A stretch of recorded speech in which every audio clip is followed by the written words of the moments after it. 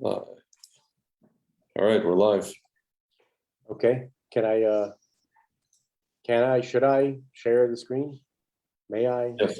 Yes. I added you to the thing.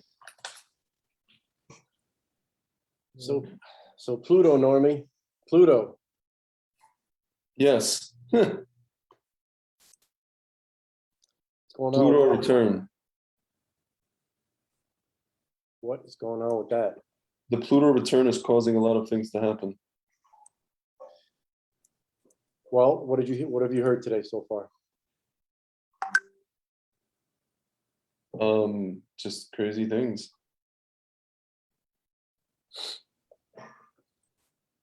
Well, why don't you share with the folks at home and me? I'm very, very curious. Well, this whole thing with Russia, Ukraine.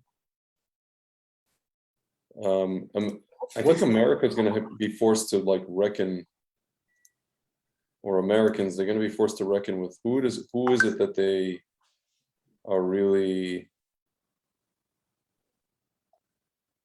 friends with. Yeah, my friend is writing to me. Because he was talking about how he says, I doubt Putin would do anything besides reconstruct the Russian Empire. He'd bully the Baltic states to be more like Belarus puppets, but I doubt he'd invade. But he'll retake Moldova, Transnistria. I said, Baltics will never, ever become his puppets. They would sooner commit harakiri. And he goes, well, they wouldn't want to, but power politics is the same as it ever was, especially with the US basically falling apart. And China is a lot more fragile than people think. It also backs Russia more or less. I'd be surprised if the US doesn't fall apart into civil war, zombie apocalypse, or something within 5 years. Dystopian predictions. Yeah. But in terms of news, is any developments? Yeah, I mean, also India declined Schmeiser because they're like, well, there's all these investigations now. All these people know, they all know that Schmeiser is being investigated, except the only one who's not admitting it, which we spoke about yesterday, how he's going to be like the Madoff of Big Pharma is Shmurla, because he's it's always the Jew. It's going to be the fall guy. It has to be, unfortunately. Yeah. It's just at the risk of sounding Farrakhanian, Shaka Khanian. No, that's actually anti-Farrakhanian because the Farrakhan is not going to argue that the Jew is going to be the fall guy. He's going to argue that the Jew is the mastermind. Yeah. So that's that's anti-Farrakhanian for once. So congratulations for once. Yeah. Not Farrakhaning a Yeah. Jew. Hey. So I wanted to see if there's any Torah or any positivity. Yes. In that respect that comes from this discussion. I wanted to go to my uncle Raphael Falik Ben Esther. My uncle Felix was in surgery now. Yeah. And it's very serious. And so for his refuah shalema. Amen. So as you start, I'm probably going to put on film. Yeah, man. I'll put that on camera. So I haven't done that yet today. Set an example. Yes. What did you tell me? Not putting on film is like forcing your wife or your kid to walk home on foot. I've tweaked the metaphor a little bit. Yeah. So it's making a date with your wife or your beloved girlfriend, right? Whatever, your wifey, and on an anniversary, on a special occasion, at a lovely restaurant, and then not showing up, and then making her walk home. Yeah. For 4 hours through Soweto. Oh my God. Of Johannesburg. Oh my God. Huh. Alrighty then. That's kind of in the words of this one guy on Twitter, that's a very intricate conspiracy theory.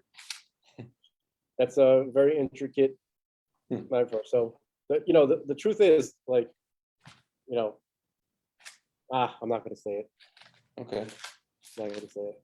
Hmm. I was gonna rant against God. All right, you can. Today's a good day to do that. The portal is open. Might not be a good day to do that. When I need him to be nice. Actually, by Breslov, it's like when you do his Bodilus. 1 second. It's different. No, it's different. My rants usually are private, and at least they're real, right? So at least I'm communicating to God like he's real. Like, hey God, what the hell are you doing?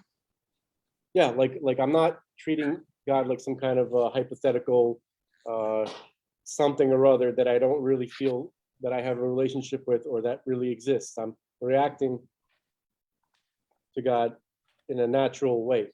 But but there's a difference between doing it publicly and doing it, publicly. Yeah. Meaning may not be a good idea to do it publicly, like some conversations are private. Yeah. My friend just wrote to me because he's talking about how his family in America hasn't spoken to him in 6 months because he's against the schmacks. And I go to him, well, people got chips inside of them. They're being controlled. He goes, it's so bizarre. I mean, BLM is anti-schmacks. I'm like, for the most part, at least the ones that haven't been given mind control drugs. And he goes, yeah, the brainwashed believe that not trusting the vax is a right-wing extremist thing. I go, it's so dumb that this is politicized, but of course it's by design. He's like, yeah, what still scares me is that I don't know who's design, not Schwab or Biden or Trudeau. Whoever's in charge is smart enough to not let their names be known and the real motives. Even installing a worldwide social credit system, totalitarianism doesn't seem like enough. Like, even if you wanted to do that, why? In order to do what else? And then I go to him, it's not who, it's what. Citra Achrak. Also, but there's the method to the madness. There's smart people running this giant psyop. So what do you think? You said a giant psyop? Psyop, yeah. There's a bunch of people running something. Can I tell you how intricate, elaborate, and ingenious it is, this plan that they're doing? Mm-hmm.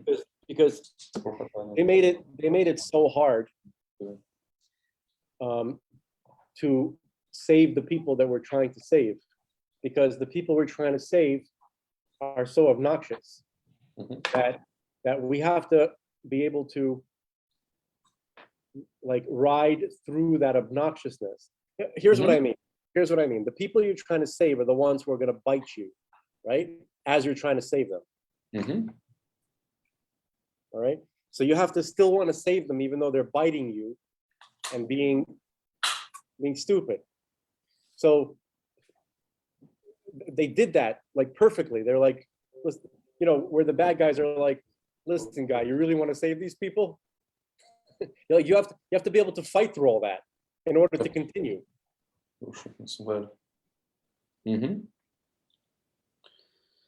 And also, you're risking everything, right? Because if you have reason to think that a person is in danger, right? It makes a lot of sense. You want to show them. Here's the thing. Now, no human being can be right 100% of the time, right? But if we see information, if we see a clear and present danger, right? You have to do what you can to make people aware of it, okay? What if it turns out the clear and present danger was not, it turns out that it wasn't, it didn't pan out, thank God, hopefully, right? That's the idea, that's what we're all going for. So then on top of everything, they're gonna pile on top. You're trying to warn them about something using logic, using evidence, okay? That should, the reaction to that should be, okay, let me take a look at that. That seems reasonable. Thank you for showing me this information. Yeah, but it's not. Right, instead they lash out at you and they or at best they dismiss. Like, they don't lash out. At best I've just been dismissed. Or said that it's there's various reactions to it. Dismissal. It's like it can't be that the governments are colluding, and I'm like, yes, it can. Right. No, right. So no, but those people are they're easier to deal with because they're just like but I'm talking about people who lash out. I've dealt with this. Yeah. And it's sort of like, don't you understand? The way that you are, the way that you react to things, it Mhm. makes it, you're taking away reasons to help you Mhm. in the future. Like anybody who's going to want to help you, anybody who's going to want to extend themselves to help you does not have incentive to do it because you're just going to bite them. Mhm. Yeah, because you're a pompous prick. It's an animalistic mindset. Yeah. Okay. I'm just reading the sorry. I have tefillin on. I take those words back. So you have to fight through that impulse to you know what I mean? It's, metaphorically speaking, I'm not. Go ahead. Mhm. Metaphorically speaking, it's like trying to rescue, let's say, a stray dog. Like Mhm. I'm not comparing a person to a dog. I'm just saying there's something Mhm. minorly similar in that respect where you're risking the dog of biting you. You have to take risks for the sake of the dog to do that, and doing it all the time is not so easy. Yeah. Give me 20 seconds, sir. Take your time. Take 25 seconds.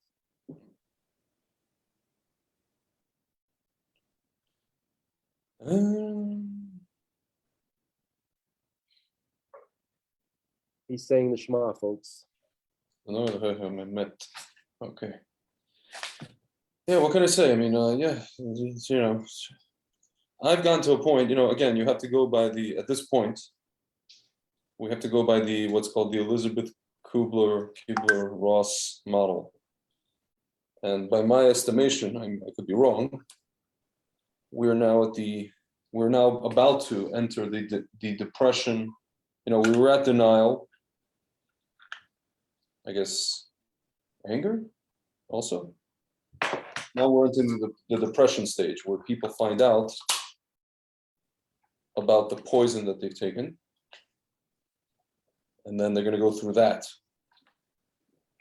And when they go through that, our job is just to kind of be there. Like there's no more convince this, convince that. There's no more of that. We're done with that. We've gone through that stage. Yeah. Now we're depressed, and then hopefully there'll be acceptance. And after there'll be acceptance, these people will probably lash out at their abusers, not at us. If you want to talk about a dog, a rabid dog. Well, that remains to be seen. What's going to happen? Who they're going to lash out on? Yeah. What if they're going to sometimes these people are going to turn around and lash out at you because you didn't try hard enough to save them, right? It's like my father tells me, when he warns me about something, and then he tells me, then later you're going to come to me and say, how come you didn't tell me? That kind of deal, right? That happens too, right? If you knew, why didn't you say anything? I always tell my friend at every conversation, at the end of every conversation, I tell my friends the same thing. Don't say you weren't told. I say you're going to remember this discussion, and don't say you weren't told. Just don't say that. You can say whatever you want, just don't say you weren't told. Multiple times. Don't say I wasn't obsessive. Don't say I wasn't. Well, another friend called mine, said, okay, we get the point. You sound like you're on a crusade. Don't say that I didn't go on a crusade. You're right, I went on a crusade. I went on a crusade. You're absolutely right. I'm on an effing crusade to save my friends. Yes, guilty as charged. Crusader. This is the Crusades, the Middle Ages Crusades. Is it? Yes. Well, there's another reality that seems to be constant, is that people are going to lash out, or they're going to whine to whoever is listening. Yeah, right. And there's nobody to whine to. Right, which means only the people who care about them are willing to listen to them, and that means the people who care about them are going to be the targets of their for sure. Their ire. That's it. Pharma for sure won't. Right. So the entire like woke, this whole like social justice, civil liberty, civil Yeah. rights movement is Yeah. only aimed at people who would be willing to listen, meaning Of course. only good people are going to care. So you're going to Yeah. make, that's what has been going on in this country. But anyway, but Yeah. here's another factor. The other factor is Yeah. we're talking about incentive, right? Like not having incentive to try to help. But there is incentive because at some point we're going to have to, God's going to, I guess God's going to ask us, like, he's going to say, did you try to save these people? Yeah, of course. What are we going to say? Oh, they were annoying. Yeah. I tried Yeah. to a little, but Yeah, it's like my friend who says, just, why are you talking to them? They're gonna be dead or something. well, that was the problem that was Noah's problem, right? Yeah. Yeah, he's pulling a Noah, basically. Sort of. So, I mean, like, listen, you can't blame anybody for pulling a Noah because it's just emotionally draining. Why, why do you wanna, it's like people just won't, like, what do you, and then not only that, not only they don't listen, they make you feel like you're crazy, like you're an idiot. Like they literally will call you an idiot. well, that's literally like now. People are gonna. There's some wise guy who's like sitting there at the edge of their seat, always, trying to find some way Yeah. to make you feel like Yeah. you're having delusions of grandeur. Oh, look at this guy, right? So here I'm going to give them the perfect opportunity right now. Okay, prophets. That was most of their job, was to try to communicate to people while getting hurled abuses, being hurled abuses or being Yeah. beaten or killed or thrown into a pit. Okay. Yeah. Nobody wants to listen to what prophets have to say because it's Yeah. very often it's not pleasant to hear. Yeah. So Of course. it's not a great job Mm-hmm. to be chosen to be the prophet, because that means like you're the messenger that people want It's to like kill. the most difficult part is talking to people who have not had any side effects. And, again, when it's not personal, they don't give a damn. You could show them, like, I can even show them, like, this is my problem. Like, they've made it so that the onus is on us to show non-safety, as opposed to the onus being on them, the pharma, to show safety. Like, it's just like, I have to waste my precious time, me, the layman idiot Tzvi, who doesn't know anything about, medical data collection, and like, I don't know, epidemiology and virology. I have to go and learn this ad hoc, and then I have to somehow put everything together, or find the guy that has, like today I found a guy that has amazing Substack post. He did that. He found, Israeli data. It's crazy. He basically applied it to American data. He basically showed that 1.5 million Americans have had horrible side effects, which is more than the amount of people who died. Like, And that's very, and that data itself is very limited. yeah, and it's like you have to bend over backwards just to show that, much less have it be believed. That's not our job.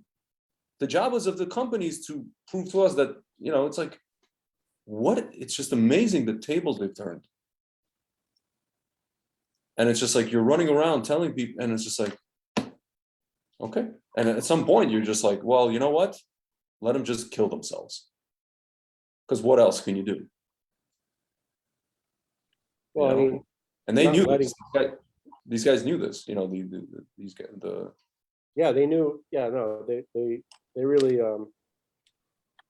It's like the young fool thing, Yeah, like you would say. it's really amazing. Like it gives you a sense of who these people are, right? You can analyze this. Yeah. What kind of person was able to pull something like this off? Yeah. So you have people living their lives, right? Normal people, okay? Yeah.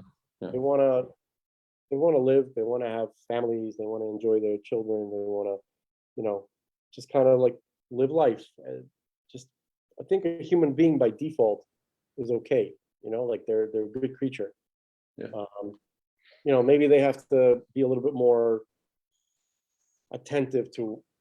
They should ask some more questions, like why are they here? Who created Yeah. them? That kind of stuff. Okay, but but just on a general level, like people are okay. They're not bad, No. and they're not looking for. They're not just like waiting on the sidelines of life, looking at the opportunity as to how to take advantage of other people and to harm them. What kind of that's who we're dealing with here. We're dealing with non-people. Yeah. Because people kind of live their life, they have children, and they don't want to cause harm. But we're dealing with these people who are creatures. They're not people. If They're they were like, people, they're they'd like be living lizards. their life. They're freaking lizards. That's what they are. And they're just sitting there watching, how could I hurt these people? There's too. No, they're like. There's too many. There's too many of them on this planet. They're taking up all the. What is it? The oxygen. Yeah. This is a full-time job. You understand? You have to. How many people out there? Yeah. Like even gangsters, right? Yeah. They have like barbecues and cookouts, Yeah. right? They're not constantly sitting there, plotting as to how to murder as many people as possible, or looking for that way of just, what am I trying to say? How to like manipulate someone, how to cause them to hang themselves. Yeah. Lead them, put stumbling blocks in front of them. That's a Moloch, man. I mean, Forum is coming up. You know what I'm saying? Forum is coming up. It's just crazy to me to think that that's a full-time job for these people to do that. That's the only way that this would work. That's how complicated this operation is. Yeah. Okay. Who are these people? Are they? In the words of Jerry Seinfeld, who are these people? Oh, but that's a good question. Who are these people? Yeah. Are they people? I don't think so. Yeah. Can I tell you something? Yeah. I saw the hanging of Saddam Hussein. You ever see that video? Yes. Somehow, I still felt kind of bad. I know that's crazy. I know he's a maniac. He's a mass murderer. Yeah, I can understand what you're saying. Let's put it that way. I'm not. Don't get me wrong. The guy thought he was the reincarnation of. He thought he was the reincarnation of Nebuchadnezzar. Right. And he wrote his name and he wrote what is it called? He wrote a Quran with his name in blood. Yeah. He had a Quran written up. Right. He's just a very, very troubled, psychotic eccentric. Let's put it that way. Yeah. Okay. Yeah. But he, there's still something about him that you can kind of recognize as human. Yeah. You know what I mean? Not good. Yeah. I'm talking about the bad parts of human. But, sure. Yeah, but he enjoyed life. Like he liked to shoot guns. He liked to drive dune buggies with his crazy son, with his like evil rapist murderer sons. Yeah. He had like really weird art. Yeah. For all of Putin's crap, he's a human being. He's not. I mean, he's an evil human being, but he's a. Yeah, he likes to ride bears. He likes to do. Yeah. He's a flesh and blood human being. He's okay. He's a KGB, whatever he is. Yeah. You know what I mean? Yeah. Yeah. These people are not. They're not even like. They're like something else. They're really something else. And also, so my point is that like I can totally picture Schwab hanging. I could totally see his neck breaking on the noose, and I could feel nothing about it. Yeah. And with Shmudo right next to him. Yeah. And all of them, I would literally just leave their bodies flailing in the wind until their bones fall apart, fall off their corpses. I really, they are not. I don't feel anything for them at all. Yeah. Yeah. Listen, I hear what you're saying. Believe me, I hear what you're saying. Yeah, like I feel like for example, like BB is a human, of course. Yeah, BB is like Hussein. He's like a Jewish. Yeah, he's sold out. He sold out. Bennett, I don't know what his deal is. Bennett is invaded by. He's been taken over by the. What's its face? A Ruach Ra. Something, yeah. Something is going on with this guy. to the point where he met with Democrats, members of Congress. I mean, they were visiting Democrats, Republicans, bipartisan, some BS delegation is visiting Israel. It's interesting. I wonder what's going to happen with them.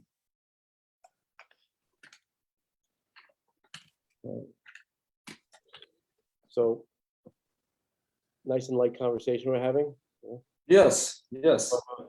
But we definitely didn't drink the Merlot. We did not, but I will tell you, this guy did an amazing job. This guy, he's a Jewish guy, but he looked like he speaks Hebrew, like he's American Jew. He did an amazing job. It's crazy, like the Israeli government actually released, they did the survey of people and their, side effects. Very in-depth. They released it. It was only available, it's weird because you could only download it if you were a doctor from the Ministry of Health, like internal, like for medical professionals. But then they actually put it on the Ministry of Health's Telegram, so you could download it from there, which is interesting. I don't know who did that. So the guy downloaded it and he looked at it. He was just like, my God, like. Okay, so this is a leak, right? This is supposed to be it's not I guess it's kind of not really a leak. Basically what it says is here. You know what? You're right. It doesn't have to be a leak because no one looks at the data. They're like, we can say we released it. We can say it was available. Just like they have their own version of VAERS, which they didn't tell anybody about, but they have it. And then they can go and say, yeah, we have it, we had it. And it was your responsibility to look at it, even though when people go and submit their side effects, the website says, it doesn't give you any confirmation. It just says something along the lines of like, this doesn't guarantee that this is submitted, something like that. Like, it's crazy. It's so crazy. It's like nuts. It's mamash. And and this guy went and did like a whole exposition of what this data is. And he basically, long story short, he took it and he made he blew it up for America. Just Pfizer. No Moderna, no J&J, just Pfizer. And basically he concluded that in America there are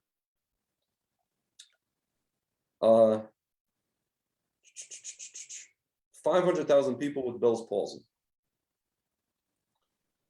500,000 people with blurred vision, which is pretty much part of Bell's palsy because it's the same number. 360,000 people with memory problems. 300,000 people with acute hearing disorders. The same list from the video you did. Yeah, 180,000 people with seizures, 134,000 people with loss of consciousness. This is all within what it could be the next day or the day of taking stuff or within 30 days. Difficulty breathing, 500,000 people in America. Okay. I'm just trying to go. 5 million people with chest pain. It's kind of like, Jacinda, she said, this is how you know it's working. She didn't mention chest pain, obviously. Enlarged lymph nodes, 3.7 million people. And here's the kicker is anybody who already had, 14% of the people up to 14 had, anywhere between 3 and 14% had any of these things. Hypertension before this, lung disease, diabetes, heart disease, anxiety, depression, and autoimmune disease. Out of the people who had autoimmune disease, 24% of them had worsening. 29% had worsening of anxiety and depression. It's insane. 2.8 million women in America have menstrual changes, according to this number. 127,000. I know this is a fact in Israel because my friend's girlfriend was walking into Shara Tzedek with like 6 weeks in a row of a period. And they told her, oh, don't worry about it, it's fine. So 2.8 million women have menstrual issues. This is after this. Oh, by the way, everything I just said, this is after the booster. This is all after the booster. No, I was Crazy. listening to Rabbi Kessin today. He actually Yeah. mentioned the vaccine. It And what was, do you say? he, it was just in passing, but he's like, listen, somebody asked him, it was at the end of his last lecture, asked him a question. I don't recall what the question was, but he goes, yeah, but the vaccines don't work. They don't work. He said it. He knows they don't. He No, but tried. I'm just saying, like, you're not going to hear, you're not Yeah. going to hear a mainstream rabbi I know. say Especially something. one who took the stuff. Especially what? Especially one who took the stuff. Yeah. He took 2 shots. Oh, Dude, yeah, we never got him his thing, you know? You gotta remember to do that. yeah. Oh, actually, that reminds me, because you know what we're reading right now about the 6,000 years? Yeah. I wanted you to have him on so we could question him about this topic specifically. You know, we'll do that. I'll call I him. mean, we should have him on, but maybe we won't need to ask him about this topic because we got the info here. We do, but he may have a different take. He may have something to add. Yeah. Yeah, or just completely. Well, I mean, so far we read yesterday. Yeah. Should I? Let me see. Whatever Rabbi Winston was saying from yesterday's share, he was saying that there's no rabbis that interpret what it says in the Talmud about the 6,000 years, that the world will last for 6,000 years. Yeah. Okay, they all interpret it the same, that Mhm. that's meant to be understood literally. The only one in all of history of Chazal who has ever said anything to the contrary was Rambam. Yeah. Okay. And do you recall the Arizal's explanation for why the Rambam says that? I don't. So listen to this. According to the Rambam, well, okay, look, the entire world must similarly be destroyed and then renewed. This is the meaning of what our rabbis have taught. For 6,000 years, the world will exist, and for 1,000 years, it will be destroyed. That's from Sanhedrin. That's the root of this idea, 97a, right? So at the end of this, okay. Now, according to the Rambam, it is not so simple. Apparently, the Rambam held that Talmud statement was not unanimous, but only expressive of one opinion, and therefore it is not to be taken literally. But he never presented any of the other opinions. Like, how did he know it wasn't unanimous? Where did he get that information? I mean, because it's not going to be stated. You're not going to find dissenting opinions in the Talmud. So he must have either had this opinion, like that was his like speculation, or he received some kind of tradition about it specifically, right? Which could be possible. But he's the only one who ever said that in the last 2,000 years. Okay, so here's what the Ari says about it. Very interesting. Anyway, so I'm just going to get back to the text for 1 second. According to the Rambam, it's not so simple. Apparently, the Rambam held that the Talmud statement, this statement right here, for 6,000 years the world will exist, right? He held that statement was not unanimous, but expressive of one opinion, and therefore it is not to be taken literally. However, just about everyone else with an opinion on the matter disagrees with the Rambam, especially the Kabbalists, including the Ravad. That's Rabbi Abraham ben David, right? He was a contemporary. And he took the Rambam to task for contradicting the Talmud. The reason for the difference of opinion may be the fact that, and here's what the Ari says. Can you see it? Yes. You want to read it? From the entire world? No, right here. Oh, the Rambam was from the left Peah in the Sefirot, and therefore he did not merit to learn the wisdom of the Zohar. The Ramban was from the right Peah, and therefore he did merit to learn it, as is known. In fact, anyone who learns Kabbalah causes a great tikkun and revelation of the light of his holy name. By the way, I thought Rambam did learn Kabbalah. He learned, we were talking about the Zohar specifically. Okay. After Moshe received it from God, it was handed down from person to person, just to the select few of each generation. During the time of the Geonim, 589 to 1038 CE, everything was hidden until the time of the Ramban, 1194 to 1270, in whose generation the Zohar was revealed, 1380. It was published in Later, 13. later, through the great light of the Arizal, all portions of the Nistar, hidden Torah, were revealed. Drushe Olam Tohu. And as we shall see, the number 6,000 can only be understood within the context of Kabbalah, as the Gaon Vilna, 1720, 1779 CE explained. We read the upcoming pages, and we're gonna, in the last episode, and now we're gonna get to the point where he's gonna talk about how we don't have to wait till the actual year 6,000, that the very last that the deadline is way sooner than that, and that's what we're gonna read about next. So I just want to get to that point. Okay, therefore, why 6,000 years? Because the 6,000 years are rooted in the 6 days of creation, like trees are rooted in the tiny little seeds from which they originally sprouted. Okay, and the 6 days of creation are rooted in the 6 sefirot of Chesed through Yesod, which is Chesed, Gevura, Tiferet, Netzach, Hod, Yesod. Okay, each of which governs a period of time equal to exactly 1,000 years of our time. It is precise, which means there really are only 237 years of history left. Remember, this is written 20 years ago. Okay, so this is minus 21 years. Okay, so it's 211. Well, I can't think right now. What's two? That's embarrassing. What's what? 237 minus 20 is 217. So there's 216. There's 5780. 5780. 5782. 220 years left. Okay. We're 5782. 5782. There's 218 years left. Yeah. What the hell's wrong with me? Damn, I gotta get some sleep. It's ridiculous already. Yeah. Okay. It is not exactly 200. Okay. We did the math. Okay. It's sooner. All right. Now I want to skip some of this stuff because I had actually seen this. I just want to get to the main points.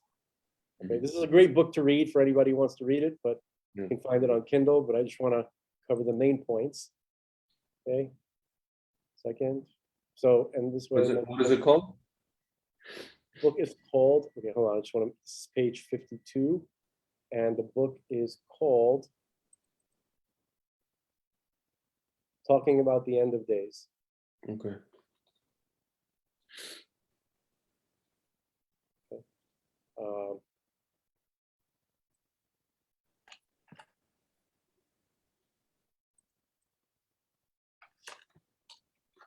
I'm gonna find that point. The Dow tanked 1.4% today, for almost 500 points. It's literally been tanking for the past since I would say, since January 4th. I found this. I found some pertinent information. Okay. But why only 6,000 years? Right? Like the Talmud says 6,000 years, but why? So it says, the text of the Talmud does not explain itself, but instead it leaves that to the Kabbalah to reveal. Hold on. Honey, just give me 1 second. Yeah, sure. Yeah. Sorry, the timer was going off. Okay. So the Talmud does not, in the text, explain why 6,000 years, but we have that information in the Kabbalah. Okay. And while explaining that, Kabbalistic tradition also reveals that 6,000 years actually corresponds, like we said before, to the 6 days of creation, making them the basis for all that has happened throughout history and everything that's going to happen during the remainder of the 6,000 years. So the urgency of this idea becomes clearer when one divides 1,000 years by a factor of 12 in order to calculate what 1 hour of creation equals in a millennium. Okay, so on the cosmic clock, 1 hour on the cosmic clock is 83.33 of our years as we experience them. Okay, and if history since the expulsion of the Garden of Eden has been for the sake of rectifying the sin of Adam Arishon, which it has been, then we need to know what period of history corresponds to the hour during which he ate from the tree of knowledge of good and evil, right? You have to know the starting point. So for it is reasonable to assume that if the 6 days of creation are the basis for all that occurs throughout the 6 millennia, then it says, know, this is from the Zohar, know that each day of creation alludes to 1,000 years of our existence. And every little detail that occurred on these days will have its corresponding event happen at the proportionate time during its millennia. Then there will come a time in the future that it will repeat on some level the challenge that the first man underwent and failed. So there will come an 83.33 year period of time, that which will correspond to the hour on day 6, during which Adam made his fateful error, for which we still pay until this very day. In other words, the hour that he ate from the tree, right? There's going to be a corresponding 83.33 years of that we're going to experience. Okay, so we're going to experience a version of his tree, his fruit eating incident. Okay? So what is that going to be for us? What's our fruit? Okay. And so when that period of time finally comes, the generation living at that time, for the generation living at that time, it is logical to assume that they will confront a similar challenge, meaning we will confront a similar challenge as Adam Harishon did, with an opportunity to rectify it. For all we know, it will not be just another test in the history of mankind, but the test of history. Okay? Perhaps even corresponding to the last possible time for Mashiach to arrive. Now, according to the Talmud, Adam Harishon ate from the tree of knowledge of good and evil during the 10th hour of day 6. It says that in Sanhedrin 38b. Okay? Based upon the calculation mentioned above, that it was the 10th hour of day 6, we arrive at the following table. So this is our millennium, right? We're in the 5,000s. Okay, so it's 83, right? So each hour of day 6. So by the way, the 5,000s correspond to day 6 in chapter 1 of Genesis. Okay, so again, every 83 years in the 5,000s is like an hour. So you want to read it? You want to read the chart? Yes.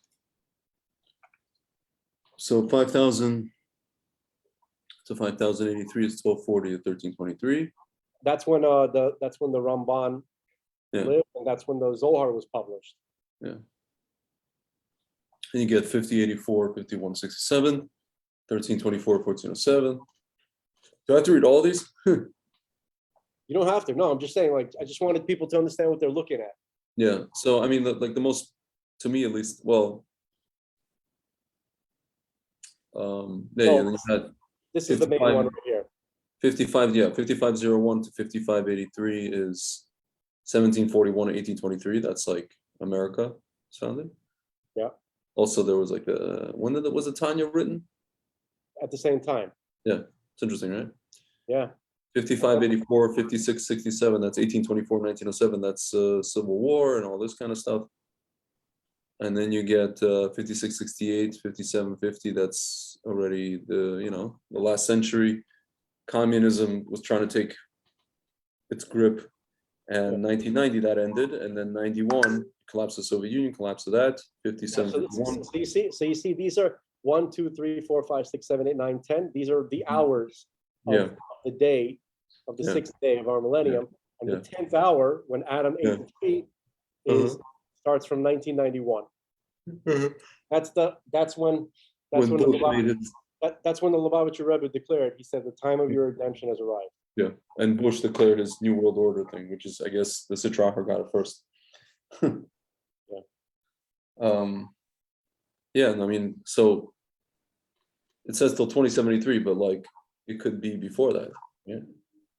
Well, no, this just represents the 10th hour. Hmm. Okay. Okay.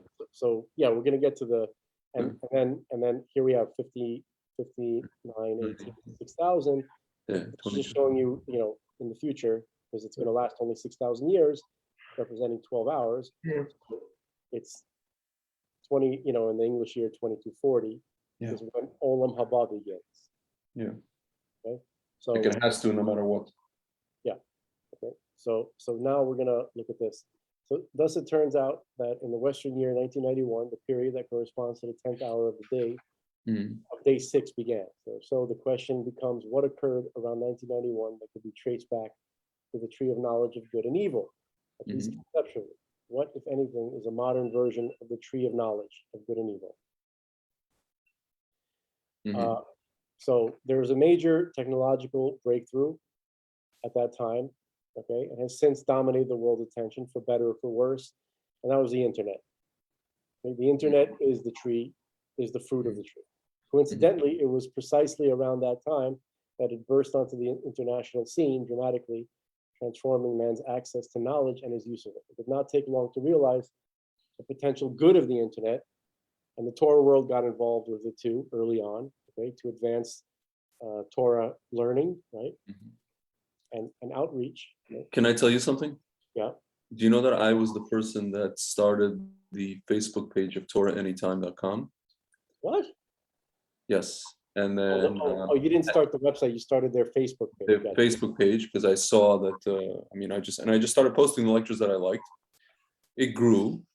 Whatever, this is back in 2010 or something, 2009, 2010, And then it's funny because I ran into those guys that run it, and like, yeah, we don't, at the time they were just like, I don't know, we don't like people being, because it was like this whole anti-internet thing. They didn't want people being on Facebook and this and that and the other. Yeah. And then it's funny, I ran into them in 2013, and the guy basically was like, listen, can we just like take it over? I was like nice to them. I was just like, all right, yeah, do what you got to do. That's good, man. Dude, it's like, I mean, it's funny because they only have like 10,000 followers, but whatever, they haven't really grown, and I'm actually surprised at that. I'm surprised they don't have more, but whatever, they post things all the time. So. It's gonna explode at some point. Yeah, it will. Okay, so he was talking about here how there's obviously the good, it can be seen how it can do massive amounts of good. Okay? So also obviously, access to immorality, right? For the internet, by virtue of its ease of access, removed many of the barriers that often protected the innocent from the world of indecency. Porn, okay, porn. He doesn't want to say the word porn, but he's talking about porn. Yeah, yeah. It also provides easier access to even greater means of societal destruction, like bombs, for example. I think he's talking about like plans on how to build a bomb. Yeah. You could find that. Anyway, so a tree of knowledge for sure. Of good, absolutely. Of evil, seems so. So even those from the Western world advise caution and restraint when allowing access to the internet. So is the internet a modern technological tree of knowledge of good and evil? It certainly represents a major test for mankind. The answer is yes. Okay, yes, it is. However, 1991 was only the beginning of the 83.33-year period of time that corresponds to the 10th hour of day 6. So as of the writing of this article, it is 2003, which means it's 19 years ago, which means that another 71.33, 51 years, right? Let's put it that way. Okay, it's 51 years remain, okay? Can you do me a favor? I'm sorry. Of day 6. Can you log on Facebook for 1 second? Okay. And try to look at your, what's it called? Try to look at your feed to see if you can see any posts. Your posts? I usually No, do. any posts on your feed. Oh, Okay. what the hell? Someone recently tried to log into your account from an unrecognized computer or mobile browser. Because you've set up two-factor authentication, your account is temporarily locked. Oh, what? Someone from This was me. Yes. Oh, okay. Anyway, sorry. This is what I'm seeing. What are you saying? Same. Something Same. wrong. This might be right. Same. I see the same. And you keep trying to reload it, right? Well, I tried a few times. Now I went to my personal page, right? Personal page is fine, but your feed. Canada is an embarrassing fascist circus. Just Yes, want to mention that. that's your page. But you go to your feed, right? You see same thing, same problem. Interesting. What does that mean to you? I don't know. I think they may have gotten. They got a reverse attack from I think they may have been Putinized. from Truth Social.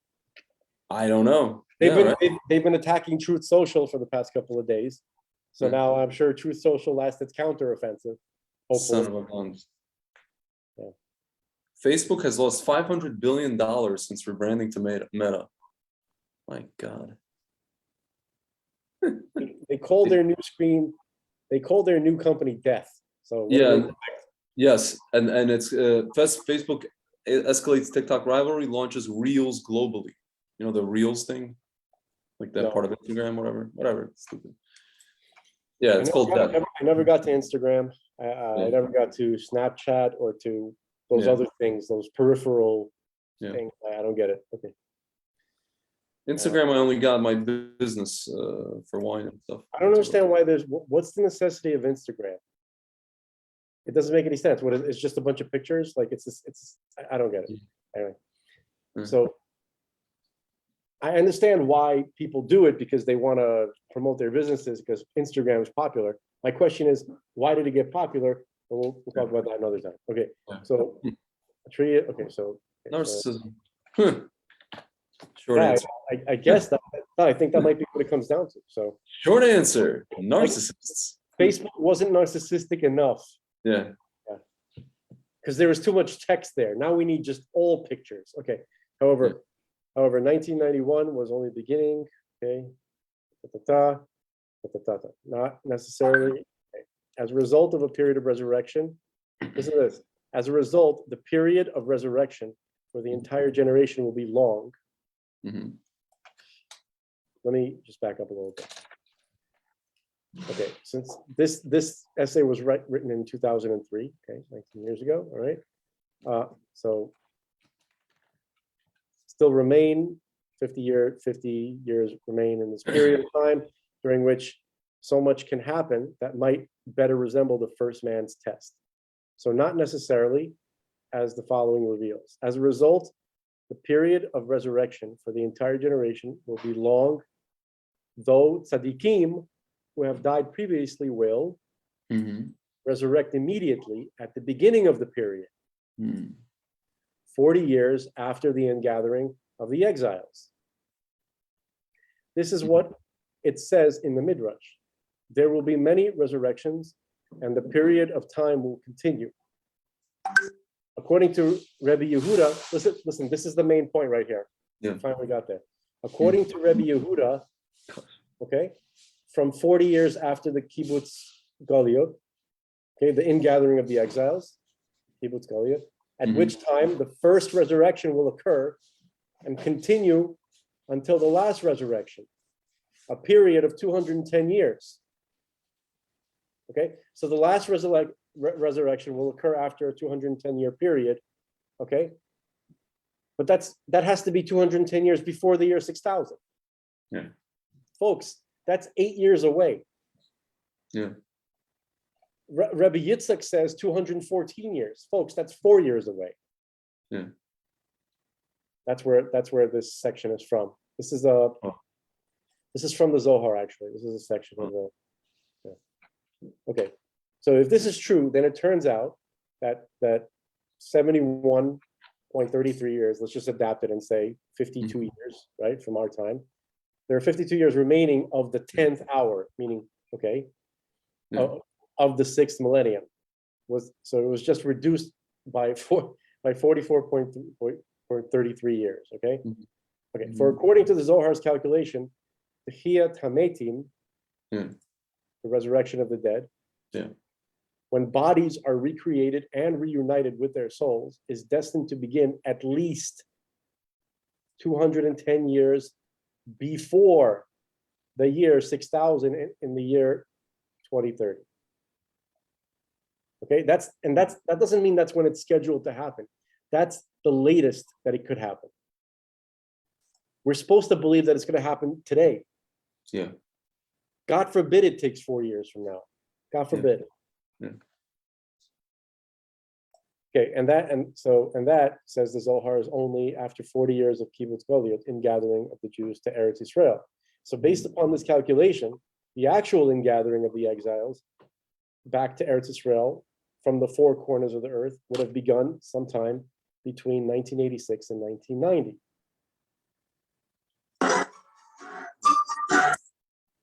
Yeah. You okay? You okay?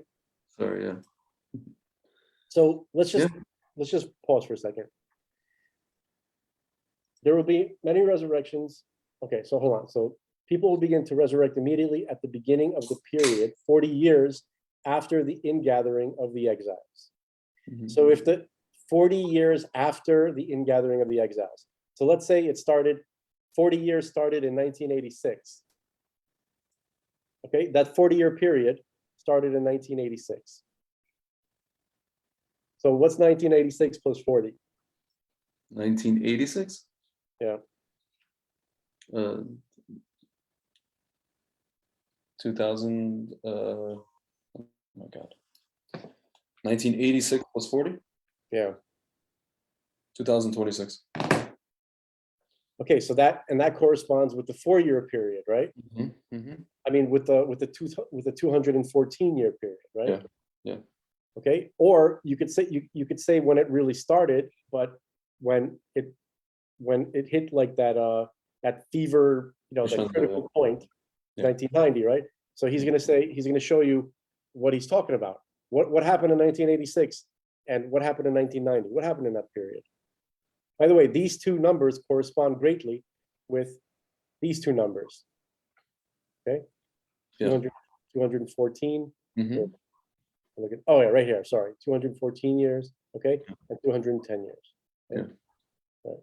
So, what happened in 1986? For example, Russia, the last country to hold Jews against their will in great numbers, all of a sudden imploded at the end of the 80s. Why? And why then? Most historians are not quite sure, but one thing we know for certain is that it resulted in a complete reversal of Soviet immigration policy, opening the door to Jewish immigration. Mm-hmm. By the way, more Jews came out of the Soviet Union than out of Egypt. That's crazy. Yeah. Okay. That's crazy. Yeah. So it was also around this time that, and Rabbi Reuben Wolf brought that to my attention. I looked at the data that he was talking about, and it was shocking. Yeah. So it was also around this time that Operation Moses took place. This was a daring airlift by the Israeli Air Force to bring home Israel a large number of Ethiopians who claimed to be of Jewish descent. Yeah. So this is just another momentous event in the modern state of Israel's short history, or part of a larger master plan for the Jewish people that is beginning to reach its inevitable and promised conclusion. Okay, so the excitement did not end there. In the year 1998, something else began to make headlines: the Y2K. Yeah. Anybody remember that? The Y. My dad was on pins and needles because he was working at he was an IT guy on Wall Street at that time. Most people were thinking the same dumb thought that I had. I was like, why can't you just manually change the date? Yeah. Just like change it to 2000. What's the big deal? Dude, I remember my dad was working. He was working at night. He was in Russian called dежурил, Yeah. Like it was crazy. They thought, like they prepared for it, but it was like still people were like very worried. Yeah.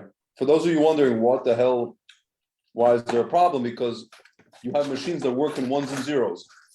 And all of a sudden, everything goes to 0, 0, 0. So the machine that works on ones and zeros is like, what do we do?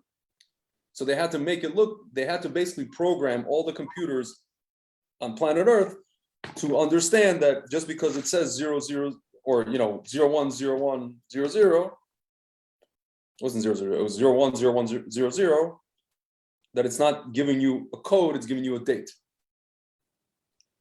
But The that most- whole The that most whole confusing thing, thing to me was Yeah. why weren't people panicking in 1995? they were no, they were panicking already. There was an issue. There was talk. Listen here. Let's look at it, because I remember, like, I was kind of peripherally paying attention at that time. I was like in high school. Yeah, so were you. See, it says,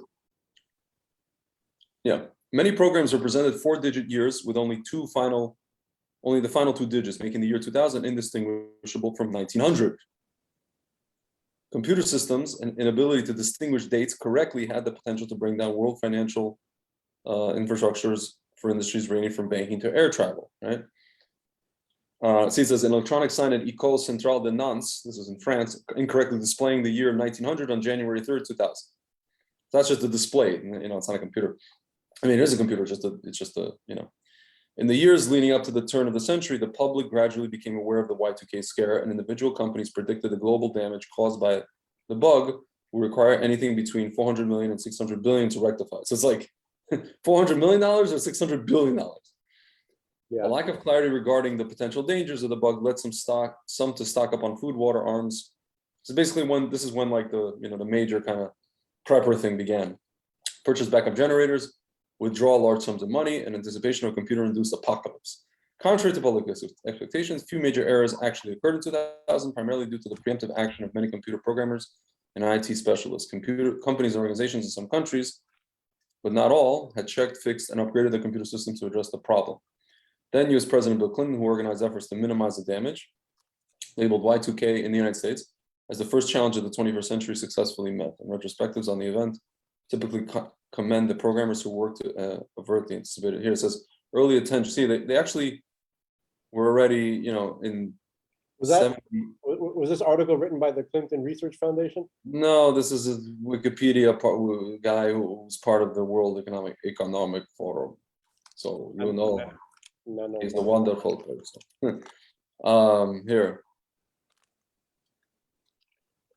Here he says, the first person to publicly address this issue was Bob Berner, who had noticed it in 1958 as a result of working computer scientist with IBM. His work on 1958 as a result of work on genealogical software. He spent the next 20 years trying to make programmers, IBM, the government of the United States, and International Organization for Standardization, aware of the problem with little result. This included the recommendation that COBOL is the programming language, picture clause should be used to specify 4-digit years for dates. In the 80s, the brokerage industry began to address this issue, mostly because of bonds with maturity dates beyond the year 2000. By 1987, the New York Stock Exchange had reportedly spent over $20 million, including a team of 100 programmers in Y2K. So they basically started this in the 80s. Despite magazine articles on the subject from 1970 onward, the majority of programmers and managers only started recognizing Y2K as a looming problem in the mid-1990s. But even then, inertia and complacency caused it to be mostly unresolved until the last few years of the decade. In 1989, Eric Nagum, he's nagging him, was instrumental in ensuring that internet email used 4-digit representations of years by including a strong recommendation to this effect in the Internet Host Requirements document RFC 1123. On April Fool's Day of 1998, some companies set their mainframe computer dates to 2001, so that, quote, the wrong date will be perceived as good fun instead of bad computing while having a full day of testing. Interesting. So they were just like testing it out. While using 3-digit years and 3-digit dates within that year was used by some, others chose to use a number of days since a fixed date, such as January 1st, 1900. Inaction was not an option and risked major failure. Embedded systems with similar date logic were expected to malfunction and cause utilities and other crucial infrastructure to fail. Saving space on stored dates persisted into the Unix era, with most systems my dad was working on Unix, representing dates to a single 32-bit word, typically representing dates as elapsed seconds from fixed date, which causes the similar Y2K38 problem. Time formatting bug in computer systems representing times after 3/14/07, January 19th. I don't know. Interesting. It says an upscale grocer's 1997 credit card caused crash of 10 cash registers repeatedly due to year 2000 expiration dates. Oh, it's like a credit card. So it's almost like it expired in 1900 and was the source of the first Y2K related lawsuit. It says issues from programming. The Microsoft Excel. Who are they suing? No, there was lawsuits from bad programming, whatever, Y2K. See, it says Microsoft Excel spreadsheet program had a very elementary Y2K problem. Excel, in both Windows and Mac versions, when they are set to start at 1900, incorrectly set the year 1900 as a leap year for compatibility with Lotus 123. In addition, the years 2100, 2200, and so on regarded as leap years. This bug was fixed in later versions, but since the epoch of Excel timestamp was set to the meaningless date of January 0, 1900 in previous versions, the year 1900 is still regarded as a leap year to maintain backward compatibility. In the C programming language, the standard library function to extract the year from a timestamp returns the year minus 1900. Many programs using functions from C, such as Perl and Java, two programming languages widely used in web development, incorrectly treated this value as the last two digits of the year. Displaying January 2000 as 1119100 or 11100 or other variants, depending on the display format. JavaScript was changed due to concerns over Y2K bug. Older applications written for Unix source-controlled system failed to handle years that began with digit 2. Windows 3.1 file manager dates displayed as 1119:0 or for 112 like 2000 because the colon is the character after 9 in the ASCII character set. An update was available. Some software such as Math Blaster Episode 1 and Search of Spot, which only treats years as 2-digit values instead of 4, will give a given year 1900s, 1901, and so on, depending on the last two digits. Blah blah blah. See that? Yeah, there's like similar things. Year 2010 problem. It was dubbed the Y2K plus 10 or the Y2.01K problem. Binary code, decimal encoding numbers. There's some issues with that. I don't know. Interesting. Year 2022 problem. Check this out. Known as the Y2K22 bug. Listen to this. The maximum value of a signed 32-bit integer as used in many computer systems is 214-748-3647. Systems using an integer to represent a 10-character date-based field, where the leftmost two characters are the two-digit year, ran into an issue on January 1st, 2022, when the leftmost characters needed to be 22, i.e. values from 22, whatever, 701 needed to be represented. Microsoft's Exchange server was one of the most famous and significant systems affected by the Y22 bug. The problem caused emails to be stuck on transport queues on Exchange Server 2016 and Exchange Server 2019. Following the following error, the F5PFS Microsoft scan engine failed to load. Blah, blah, blah, blah, blah, blah. Too long. Now they're going to be year 2038 problem. The original Unix time data type stores a date and time signed long integer, blah, blah, blah. Number of seconds since January 1st, representing the number of seconds, January 1st, 1970. During and after 2038, this number will exceed 20 to the 31st power minus 1, the largest number representable by a signed long integer in 32-bit systems, causing the figure. It sounds like linear thinking, like it's crazy. Exponential, like you're not going to extrapolate linearly based on how things are progressing now. It's not going to be a problem. It probably isn't already a problem. But yeah. I mean, I want to see if anybody wrote any articles on this a year here. Here, Y2K. Yeah. Hold on. Here. What is Y2? Yeah. What is Y2K22 problem? Government technology. Interesting. Continue to the site. Let's see, GovTech. Yeah, a Microsoft bug reminiscent of Y2K issues. Oh, our friend Mr. Schmates. Yeah, quite a few Microsoft users reported experience. Yeah, I mentioned this. Exchange server bug. Microsoft issued an automated fix. This is basically like their issue, Mr. Schmates' issue, or whatever, whoever's running Microsoft today. Screw them. You know what? They should make a commercial for Bill Gates. Microsoft, where do you want to go to jail? Where do you want to go today? Prison. There's a movie, the Onion movie. Yes. I think it came out in like early 2000s. So they were having these like a series of commercials in the movie. It was like the Bates Master 6000 or something like that. Yeah. Oh, okay. So they were very creative. They changed his name to Gil Bates, right? Get the bait. So then like you see this guy, he sees the commercial, he goes out and gets the Bates Master 6000, and then he gets home and he's unpacking and he's trying to figure out how to make it work, and then the commercial comes on. It says, get the the Bates Master 8000. He's like, what the hell, I just got 6000. And then at the end of the movie, and that keeps happening, at the end of the movie, the guy he shows up to Bates's office and he throws an axe at him straight into his chest. Yeah. Anyway, whatever. Guess you have to be there. All right. Should we get back to Kevin Sorbo? Yeah. His wife tweeted, if you homeschool your child, they won't fit in. Somebody, like people get quote. She quoted people who like say that. And she said, yeah, that's the point. And then this idiot goes, so they'll be undereducated, awkward around other children, and won't be qualified to get a job. Such great parenting skills.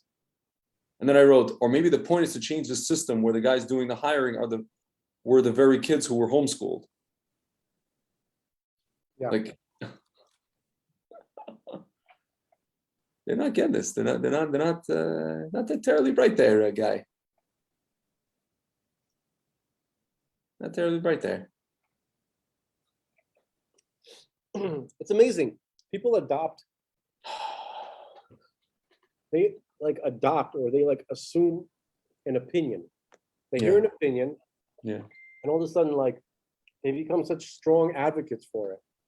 But they were never involved in the formation of the opinion. They just believed somebody, and then all of a sudden became fanatical in preaching said opinion. I don't know where that comes from. I mean, it's if they're not going to do religion, they're going to do it, No, but that impulse to just like somebody told you something. You know what it reminds me of? Bill Burr was talking about his dog. Mm-hmm. He's talking about how his wife rescued a dog, and he was not happy about that. And she was saying like, he's a rescue, and then he goes, I hate when people say rescue. Don't you just mean that you went to the pound to get a free dog? Isn't that right, you cheap bastard? It's like, isn't it? You're a hero. You're a rescuer. Okay. Anyway, so he gets used to the dog. Actually, it took him a while because he goes, I come home and there's a freaking pit bull, right? Like, and I'm like, sweetie, what is this? You got a pit bull? He goes, he's not a pit bull. He's a mix of. He goes, mixed with what? Another pit bull? He's like, and then, no, but anyway, fast forward, he begins to love the dog, and then he takes the dog for walks, and the dog is always excited around him, right? Yeah. And then he does an impression of his dog, right? And he's like, he goes, because the dog is like walking with him, but like kind of lashing out at other people, right? Or like other animals, right? Yeah. And I'm like, don't do that. And then the dog is like, he's like looking at him like, no, I'm doing it for you. I'm doing it for you, right? And the dog is like, listen, I love you, man. Because like whatever you say, whatever you feel, I'm gonna feel that way too because I love you, right? Because you feed me and I love you, right? Yeah. So basically, that's what people are like. Yeah. They're like dogs. Yeah. They're excited to adopt a viewpoint, a worldview from somebody that they like, somebody charismatic, somebody that like, and then they see Jordan Peterson and they go, it's the same thing. Like that is not a good impulse. Okay, that's something that has to be worked out of the human. Just FYI, we like Jordan Peterson, but yeah, I mean, I like him sometimes. Yeah. Sometimes I'm horribly disappointed with him. Yeah. Anyway. So, what I mean? Like, I think he's right 30% of the time. Like, I don't know. I'm not the huge fan. Anyway.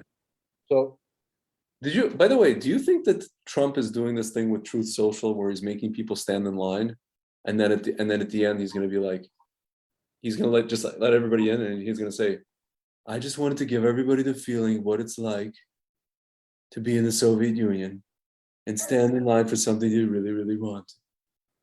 I don't think that. And now we're going to do our best to avoid getting ourselves into that situation. Thank you very much. This is your president, Donald J. Trump.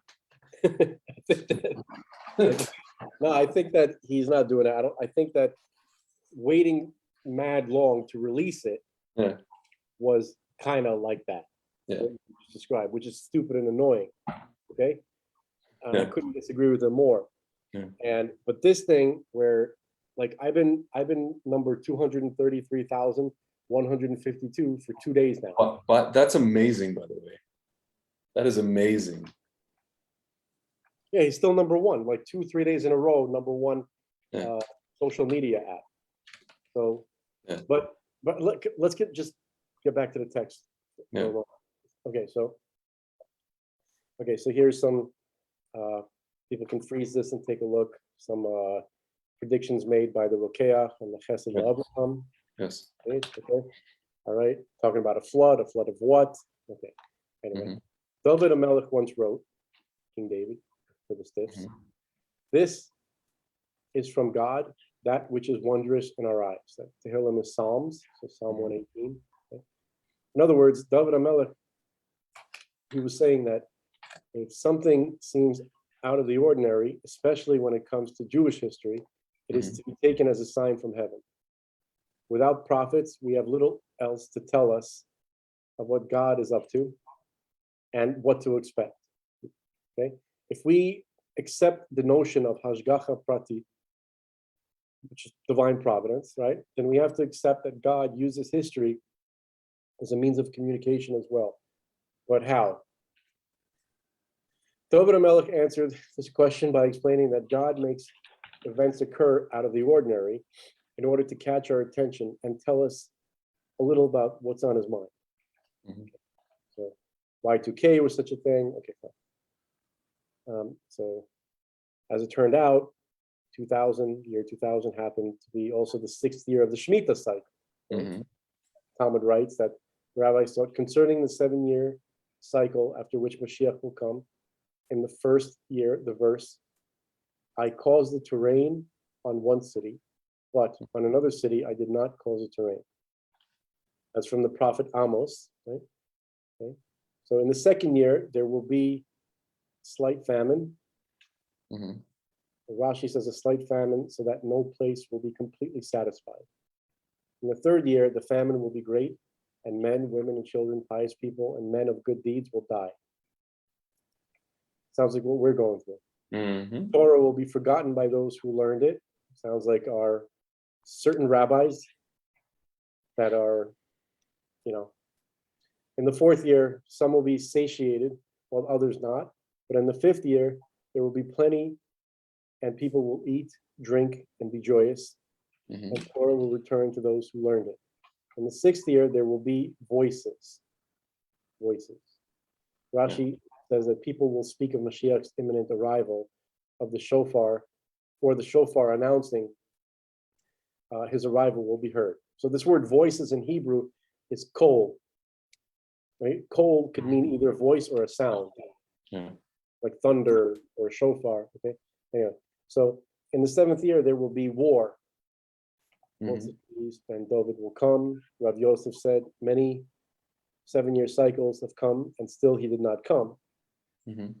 Abaya answered, were there voices in the 6th year? And was there war in the 7th? Okay, so this is all, not necessarily all of it is meant to be understood literally. Most of the statements by the rabbis are agadic. They're midrashic in nature. They're agadic statements. As a result of Y2K, a good portion of the world became quite messianic, and it spilled over into the Jewish world as well. It was just all too coincidental. Then September 11th, okay, I'm going to skip through this, okay, attack the Americans, Can I ask you a question? Yeah. This whole the John Durham guy, right? I hear the name. I don't know what to make of it. How come we've never seen him on television? Because He's a U.S. attorney. the Clintons don't like him. No, we've never actually seen him on TV. Well, I mean, he's not a public figure, I guess. It's really weird. He's like this guy who was just like, he was appointed by Trump. He's investigating Schmillery and all these people, but he's never been, I don't know. There's a guy who imitates him. It's kind of funny, but we've never seen him on TV. Anyway, sorry. No. Something that Wait, hold caught on. You said that there's a guy that imitates him. I actually probably saw that thinking that was a real John Durham. It's not the gender. It's like a satire. His name is Eric D. Kirk. He's an impersonator. Yeah. It's not Durham. I'm skipping ahead a little bit here. Yeah. And I haven't reviewed this material yet, but it looks, Mhm. there's a tradition that at the time of the arrival of Mashiach, wonderful things will happen for Jews everywhere. On the actual day that they arrive from the diaspora, the walls of Yerushalayim will be replaced. It will also be the day of the rebuilding of the temple, which will be built from exquisite stones and gems. Yeah. Once the dead are resurrected, they will become transformed and will have very lofty natures. However, the same type of transformation will occur for the Jews who remained alive in Eretz Israel. Mhm. So the Jews who are there in Israel at the time. And their bodies will be like that of Adam Harishon before his sin, and like Moshe Rabbeinu's. Yeah. They will become so spiritual that they will be able to fly like eagles, which will astound the redeemed exiles. Upon witnessing this, the diaspora Jews will become upset and they will complain to Mashiach, are we not Jews like them? Why do they merit to fly and live in an elevated spiritual state and not us? However, Mashiach will answer them, it is quite well known that God works measure for measure. Those who lived in the diaspora and made efforts and sacrifices to elevate themselves by moving to the Holy Land merited purity of soul. They were not so concerned about their finances and health. They traveled over vast lands and crossed seas, not paying attention to the possibilities of drowning, being robbed along the way, or being taken captive by some strange foreign ruler. Mhm. Being that they place priority of their spirit over materialism or physicality, they merit a measure for measure to be elevated to this lofty spiritual plane. On the other hand, you, who also had opportunities to go up to Israel, but remained hesitant and reluctant, enamored instead with your materialistic status, making materialism a higher priority than spiritual growth, therefore, measure for measure, remain physical. However, for those who value their soul most, they will become transformed to supernal beings and will be led into the earthly Garden of Eden. This is from Tuv Haaretz, praise of those who dwell in Israel at the time of Mashiach. So this is a midrashic statement. Mhm. Okay. Again, some points are literal, but overall, the overall message is not literal. Without doubt, little gets to the back of a Jew up more than the idea of making Aliyah when there is no desire to do so. In fact, Aliyah is such a controversial topic. Aliyah means moving to Israel. Aliyah, Yeah.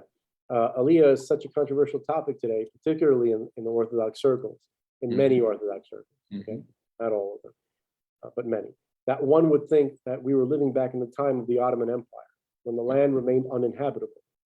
It is as if there isn't an already thriving Jewish population there, and as if Torah institutions had yet to be built, when in fact, in some communities, they exist in one form or another on every block. The B'nai Brak, right? Mhm. That's okay. People think, since there is no halacha today compelling Jews to return home after 2,000 years in exile. Yes. That is correct, but there is no halacha today to make aliyah. But when Yeah. it comes to Torah observance, Yeah. there are really two aspects. You have halacha and something else that many may know little about, called inyan. Yeah. Okay. And the surprising thing is that even though an inyan may seem less important, less obligatory than halacha, it turns out that it may actually be the best expression of all a Jew has become. So That's halacha, Rav Kook spoke about that. that's, you read that in Rav Kook? No, something to that effect. He spoke about these ideas that there's something to. I mean, Indian is it's like a mitzvah, but it's not like an order. It's not like putting on tefillin, right? Yeah. It's just a mitzvah, that you can do. The idea is like seize upon an opportunity. That's what I think. That's what an inyan is. Yeah. Okay. So halacha is Jewish law and therefore obligatory when applicable. Yeah. Whether the origin of halacha is an actual Torah mitzvah or a rabbinic ordinance, it is binding upon all Jews to whomever and whenever it applies. The only difference between the two sources of halacha, for the most part, is whether or not one can be lenient in extenuating circumstances. Meaning, like, if it's a rabbinical enactment, you can be lenient in certain circumstances.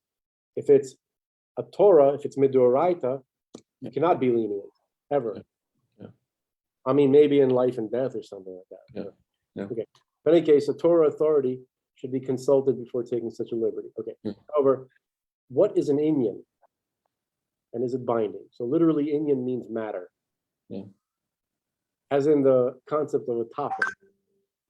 Okay? It is not binding because it is not halachic in nature. But if not, then what is its raison d'etre? How would you pronounce that? What? Raison d'etre. Yeah, raison d'etre, like reason for existing, reason for Right. being. Right. But don't Jews already struggle enough with Yes. what is obligatory? Okay. Huh. Yeah. The answer to this question is the following, and the Ramban's explanation of what it means. Okay, so God told Moshe, speak to the entire congregation, the children of Israel, and tell them, be holy, for I, your God, am holy. Yeah. Okay, in my opinion, this separation is not from forbidden relationships, as Rashi says, but it is the kind of separation mentioned throughout Torah when it comes to being elevated. Okay, so he didn't really, for people who don't know what holy means, right? Yeah. Holy means, like, for instance, when I was in New Orleans, I bought this glass tumbler Mm-hmm. that was made by a glass craftsman. Mm-hmm. There's only one of a kind. I really liked it. It was beautiful. I use it only for Kiddush, Mm-hmm. for Shabbos, and for Yom Tov. I designated it for holiness. Okay, so you take a material object, Yeah. or you take anything, and you designate it for service to God. That's it. That's all holiness is. You can do it with yourself. You can make yourself holy just by designating yourself to only do things that are meant to serve God. Okay, that's really all holy means. It's a designation. You have to follow through with it, but that's the basic idea. So that's what this separation is. You're separating something from the mundane world and designating it only to serve holy purposes. Okay. So, in my opinion, this separation is not from forbidden relationships, as Rashi says, but it is the kind of separation mentioned throughout Torah when it comes to being elevated. For the Torah warned us regarding forbidden relationships and forbidden foods. It is also permitted spousal intimacy, right? And kosher meat and wine. Thus, a person with strong physical desires could behave promiscuously, right, with his own wife, or with many women to whom he is also married. This is the Ramban writing this in the 1200s, okay? And also he could eat kosher meat and drink wine in a disgusting manner, since the Torah has not forbidden this outright. Nevertheless, if he acted in this manner, he would be menuval bereshit haTorah, disgusting with what the Torah permits. Okay. Therefore, after the Torah specified what is certainly forbidden, it returned to tell us that we should exercise restraint even with that which is permissible. Ramban and Can I interject with a quick joke? But it's actually not a joke, it actually happened. you can't, you must. Yes, that means yes. Go ahead. Trudeau says Canada will stand against authoritarianism, announces sanctions against Russia. Meanwhile, this Nazi, may I use the word, female dog, standing behind him, the finance minister, the one whose father was a Nazi sympathizer. Yeah. She's wearing a mask and she looks like she's having a panic attack because she can't breathe in the damn thing. Good. She's literally this is the second time she's having a panic attack. Good. She should continue to have them. Yeah. The intensity of her panic attacks should intensify. The intensity should intensify. Yeah. Okay. So he's not one of the humans, right? Shmudo? Yeah. I mean, look at that face. Like, does that look human to you? Yeah. I don't know, man. Like, can a real, I've met people, a lot of different people in many different places. And I've met human beings everywhere I went. Yeah. I lived in the South. When I was living in New York, the movies taught me that people in the South are these horrible, evil, non-human people, right? Come here, boy. I got something to show you, boy. When I met, right, they're like Foghorn Leghorn. And when I, right. So when I moved to the South, I learned that people there are much more people than where I come from. Okay? Yes. Okay. So then, but still, everybody's people. People where I come from, people where I've been. I've been on construction sites. People. With that said, can I say another funny thing that was written by Tim Dillon? The comedian? I'm gonna delay you for 1 second. Okay. So obviously I'm long-winded, but my point is that I've never met anybody like Shmudo. Yeah, same. You know where I've met people like Shmudo?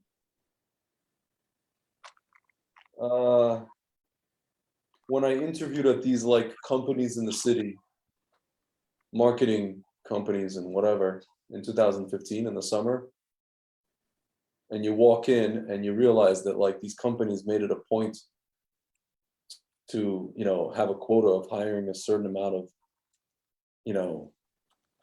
women or a certain race, whatever it is, right? And the people that I met did not seem human to me, if that makes any sense. Now that you mention it, You know what I'm saying? when I think of Shmudo, it reminds me greatly of what's that guy's character? Scott, American Psycho. Who played American Psycho? Oh, yeah, Christian Bale. Christian Bale. Very much Christian Bale's character in that Yes. movie. Yes. There's nothing behind that face. Yeah. Okay. Yeah. That's what Shmudo is. Yeah. His mother is a slut. His father is a rat-faced. Yeah. I beg you, do a Google search of Pierre Trudeau. He's not his father, man.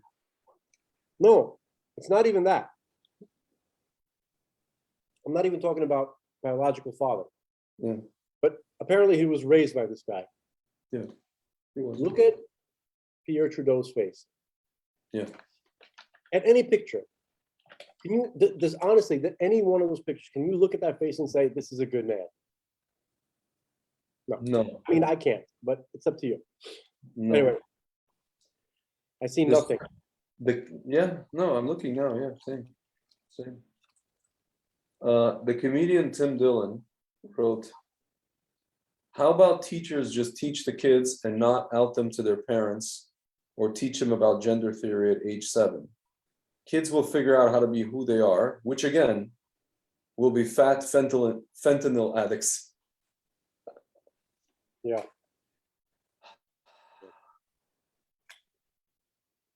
Yeah. Some dark humor there. It's amazing to me that literally China is attacking the world, but really America from so many fronts, poisoning them with viruses, bioweapons, with drugs, with. Anyway, I'm gonna move on from that. Yeah. Okay. So let's see. Now, if we look in the Minyan HaMitzvos, that's a book at the beginning of Parashat Kedoshim. It's obviously it's a commentary on the Torah, okay, called the Minyan HaMitzvos. All the mitzvahs found in the upcoming parsha, you will see that the first mitzvah recorded is the one to fear one's parents. According to the Minyan HaMitzvot, and all commentators concur, that the first mitzvah of the parsha is not to be holy, as mentioned in the first verse, but the mitzvah to fear one's mother and father, which is taught in the next verse. Does this mean that there is no mitzvah to be holy? How can that be? Hasn't the Torah already said, Moshe went up, quote, Moshe went up to God, and God called to him from out of the mountain. It says, tell the house of Yaakov and the children of Israel, you have seen what I did to Egypt, and how I bore you on eagle's wings and brought you to myself. If you will obey my voice and keep my covenant, then you will be unique to me above all the nations, for all the earth is mine. You will be a kingdom of priests to me, a holy nation, right? Shemot is Exodus, so Exodus chapter 19, okay. Thus, holiness is what we, the Jewish people, are all about. Indeed, holiness is what creation as a whole is all about. So at that time, resurrection of the dead, 5790 to 6000, a great change will occur to the entire world. Even to those still in existence from this world, though they remain quite physical. For at the present time, the world consists of three categories: impure, pure, and holy. And even the pure of today is still quite profane, lacking holiness. However, at that time, everything will be on the level of pure and holy. That's the Leshem, I guess. In fact, the two words that the Kohen Gadol wore on the tzitz, the tzitz is like this forehead, like tiara, like a forehead, like plate.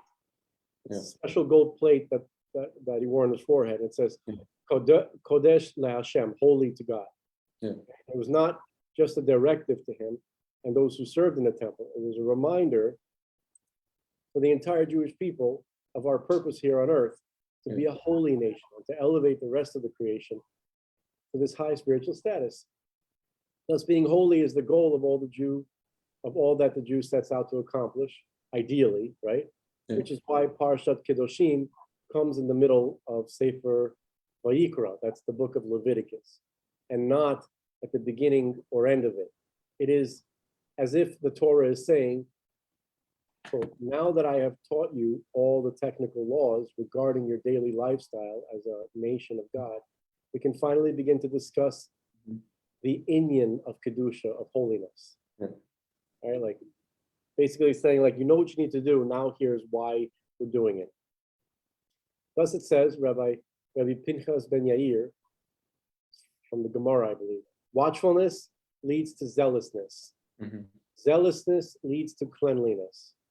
Cleanliness leads to purity. Purity leads to separation. Separation leads to holiness. Holiness leads to humility. Humility leads to fear of sin. Fear of sin leads to piety. Piety leads to Holy Spirit, Ruach HaKodesh. And Holy Spirit leads to the resurrection of the dead, which will come through Eliyahu HaNavi. May he come and redeem us quickly in our time. Amen. So let me see if I can skim some of this. Anyway, the point is, I think the point of this article is that you have to You have to be a chassid. You go beyond the letter of the law. You don't just follow the law just to kind of skate by. You ask yourself, what are we trying to accomplish here? And then make that your focus. Mm. I'm speaking to myself, by the way.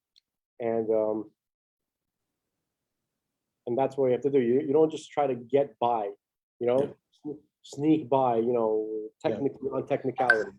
Yeah. So I wanted to, let's see, the race for time. By no means have we answered all the questions. Okay, Alilus, all we have done is present evidence showing the danger of viewing history. Okay, hold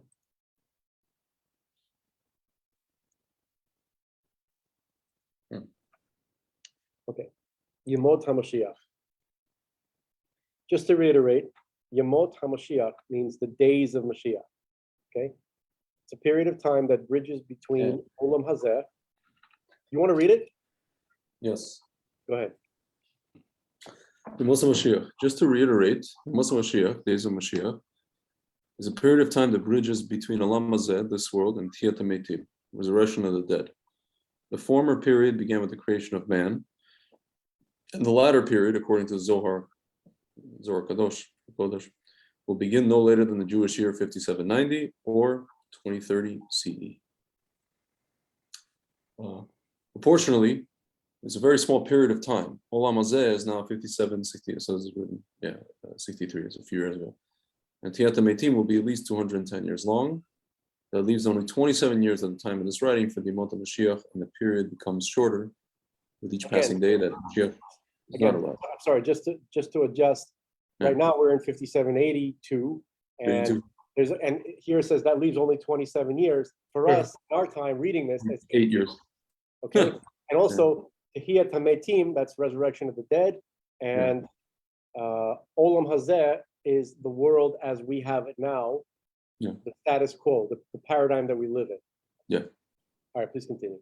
However, as mentioned in the previous essay, for all we know, Yemot HaMashiach may already have begun.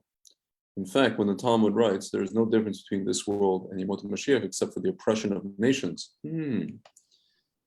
Brachas 34b, I gotta look this up and talk about it. It may be talking about the part of Yemot HaMashiach that we may be presently living in, as the following discusses. Nature and physicality will remain until the time of Tiyas HaMeisim, which will begin no less than 40 years after the ingathering of the exiles, which could be 1990, as it says in Midrash Ne'elam, Toldot and Shmot, regarding that time. Regarding that time, it says there is no difference between the world and Yemot HaMashiach except for the oppression of the nations.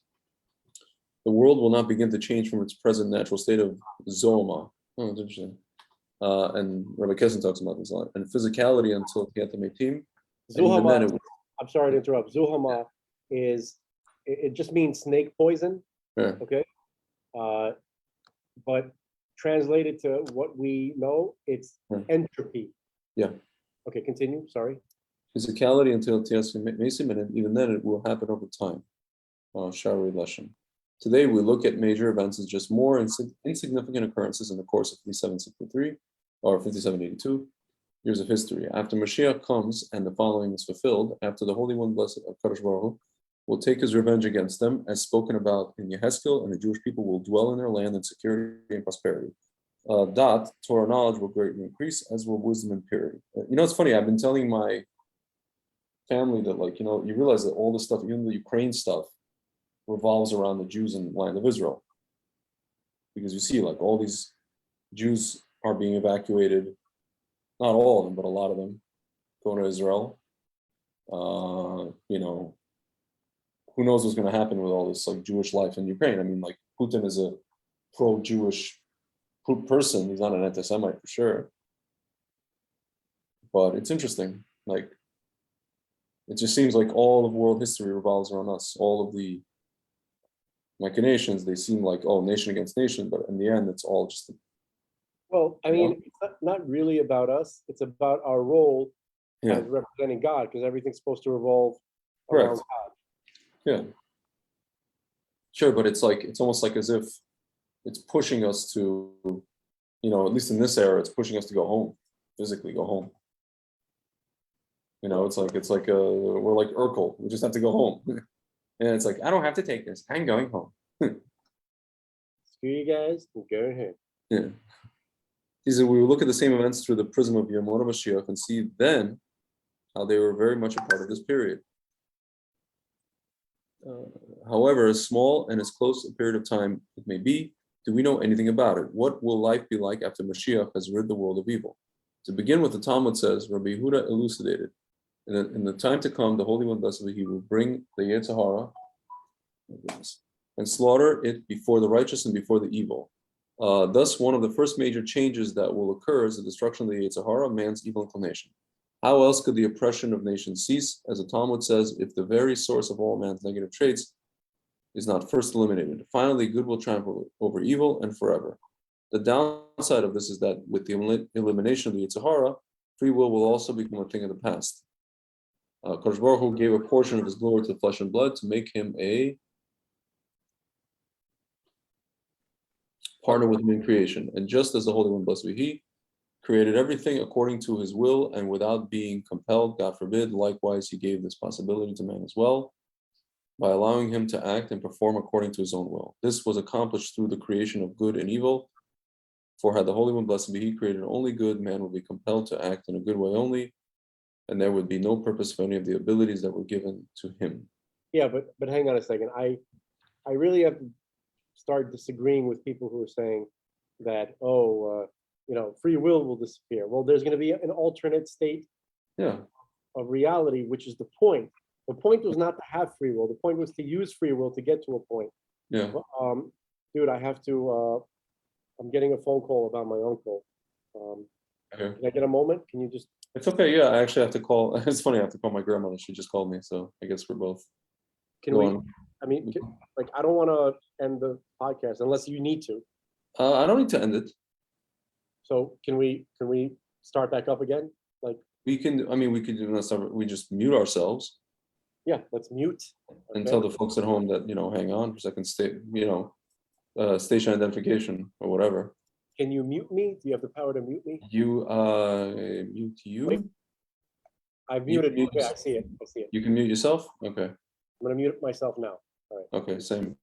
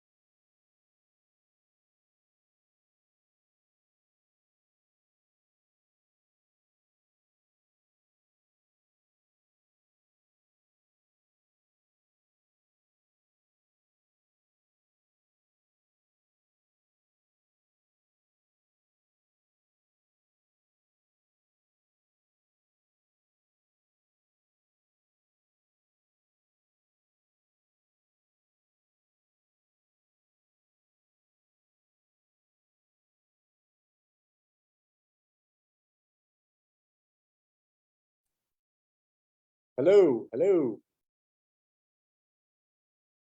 I'm back.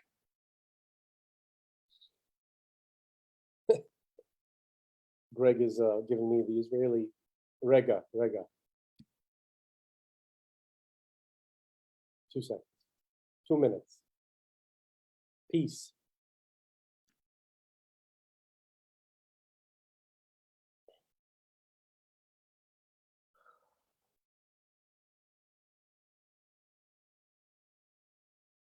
Hello, sir. Sorry about that. That's totally fine. There is a, you know how Russian or buildings in Brooklyn buildings, where Russians live, Yeah. right? There is a, a superintendent of the building who tends to be from any one of the former Yugoslavian, satellite states, or Albania, usually Albania these days. That was my personal experience, yes. Yeah, Albania. The landlord tends to be a Chassid. A Hasidic Jew. That was the case again in my case, yes, growing up. Yeah. And so, and then they hire a guy named Larry, who is the guy who's supposed to come and remove, sheetrock and fix the, fix the mold in the bathroom. I don't know where Larry's from. I think Larry's Italian. I think he's more like the way he was described to me by my grandmother. I imagine him as somebody who looks like Super Mario and jumps from pipe to pipe in the building, Yeah. And so I get a phone call about all this, because I'm the one liaising with this. And then after that, it turns into questions about, who I'm seeing romantically, and unsolicited advice about, whatever. This is again from Larry. This is what? No, not from Larry, from my grandmother. Oh, I'm sorry. I'm sorry. Yeah, this is work that's to be done in my grandmother's apartment. Me liaising with these 3 different Albanian and a Hasidic and I guess Italian gentlemen. An Albanian, a Hasidic Jew, and an Italian walk into a bar. This is Brooklyn, my friend. This, it's like Sparta. This is Brooklyn. Yeah. And then I get, of course, this undue, My first real brawl growing up was with an Albanian kid. They're crazy. No offense to Albanians watching. You're crazy. This fist fight lasted, I know this is not going to sound impressive. Yeah. It lasted 8 straight minutes. That's actually pretty long for fist fight, dude. That's like Peter Griffin versus the chicken. Dude, it was that bloody. That's how long that fist fight lasted. It was a battle royale. What precipitated this? This was in junior high school. I don't recall. No, like what? Just Stom? Like he just wanted to fight you because you're Jewish or something? I don't think that was in the issue. I don't recall what it was. Yeah. But it was very. It was like when we were going to Cunningham. We were walking home. We would walk home in groups, and I don't know. I can't remember what it was. I just remember this fight, and I remember people still like. Not still. I haven't been back to Brooklyn. I don't even know. Maybe 10 years. Yeah. I feel like I haven't been back to Brooklyn for at least 10 years, maybe more. Okay. Yeah. But like before I got married, people were still stopping me like, "Oh, yo, dude, that fight was crazy in junior high school, right?" I'm like, "Yeah, it's all right. I'm 38. Can you please leave me alone about the fight in junior high school?" But anyway, it was with an Albanian kid. It was pretty tough. Yeah. But yeah. I don't know why we got on this. Oh yeah, because you're talking about Albanian supers. Yeah.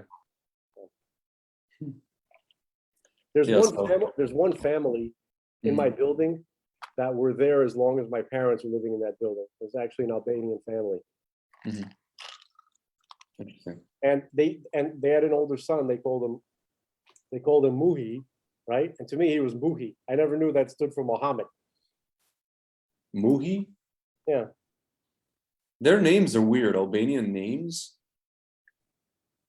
are weird. Yeah, like Armenian names are weird too. Yeah. Like this one comedian was saying, like they have like names like ours, but there's like one letter off. Yeah. You know, it's not Mark, it's Marv. Yeah, Melissa with a one S. Here, popular Albanian names. Boys, Noel, interesting. Aaron, Joel, Roan, Amar, Mateo, Alteo, Roel, Luis, Dion. Bakim. Girl, Bakim is a big one. I knew 2 Bakims. oh, Bakim. Yeah. Interesting. Bakim. Girls' names: Amelia, Ayla, Aijla, Aria, Amelia, which is Amelia, Leandra, Ambra, Clea, Melissa, Amaris, Reina.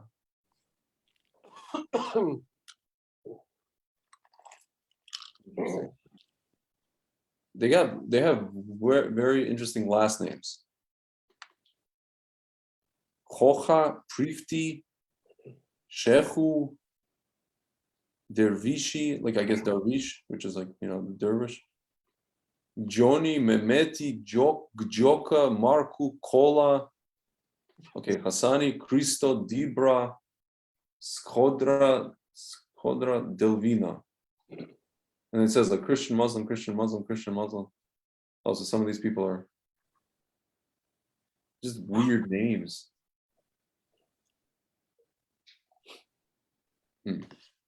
On that note, they say that the Albanians are the descendants of supposedly ancient Romans. No? everybody says that. Everybody in Europe says that they're descendants of ancient Romans. Even Russians say that. Mm-hmm. Somehow Russians are also the descendants of the Scythians and the ancient Romans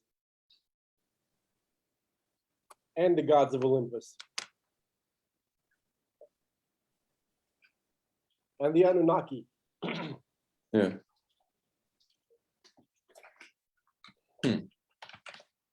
So who do you think these people are? The ones you say are not humans? The all these Trudeau, Schmudeau, what are they, like lizards? Lizard people? What are these guys? I'm talking about their consciousness. Yeah. So, it says that Adam, when he was separated from Hava, that he separated her from for 130 years after Cain killed Hevel, after Cain killed Abel. During that time, he was having relationships with these non-human female entities. And they had offspring. Those offspring are what we call demons. Even though that's an English word, and it's not really accurate. Like when you think of demon, we're not really describing what this word shade is, these ruchim, right? These spirits. Yeah. What are they? The Rambam talks about it. He says that, hang on a second. Oh, yeah. Sorry, there's just okay. The Rambam was talking about what is Tselem Elokim, right? Like what does it mean to be created in the design of God, like Adam? Okay, so Cain and Hevel were created in that image. Okay, but then Hevel was killed, Cain was banished. Okay, and then 130 years later they had Seth, right? Seth, who was also created in the image of Hashem. But the children that Adam had with those 2 female entities, the non-human entities, they were not humans. They had human traits. Okay? Okay. Yeah, no, I was the stupid Tic Tac that's making me. Tic Tac is choking me. So, not the Tic Tacs that we are talking about, the regular Tic Tacs. But anyway, so he was explaining that these entities, these offspring, they had some traits from Adam and some traits from their mothers. Okay, but they were not in the Tselem Elokim. They were not made in the image of God. Okay, the image of God is, if you look at a Sephirotic chart, okay, should I pull one up for people, like the Sphera, the 10th Sphera? Because this is, you Sure. know, Sure. hang on, let me see.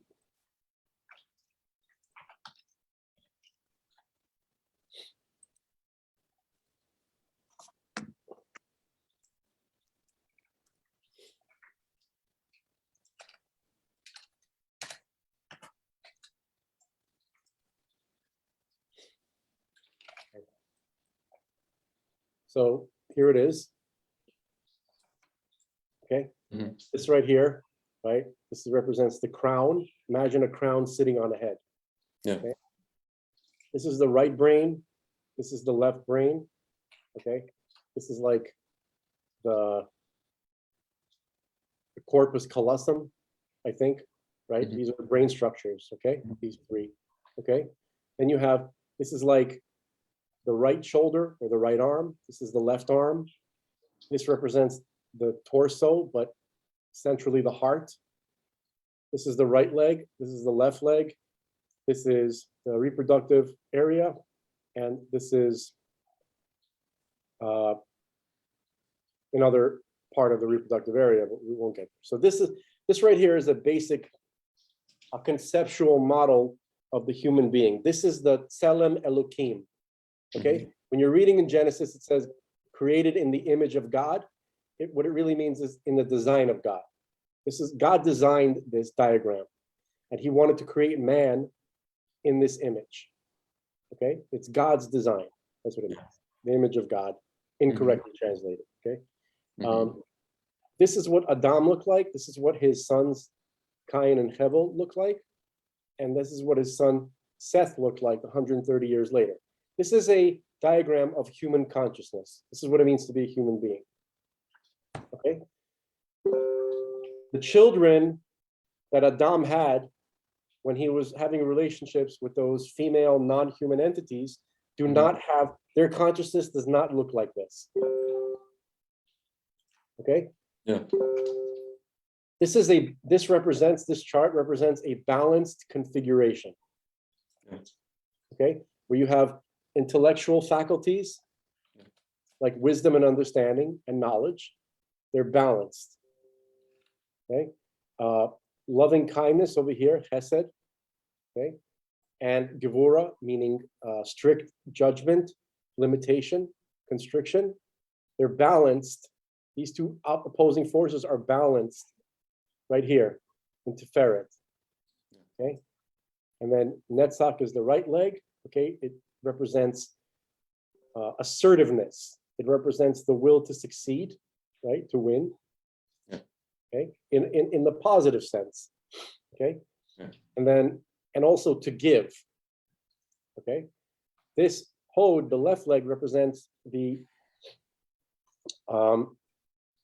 ability to concede and to accept a gift. Like you have to be able to accept the gift. Okay.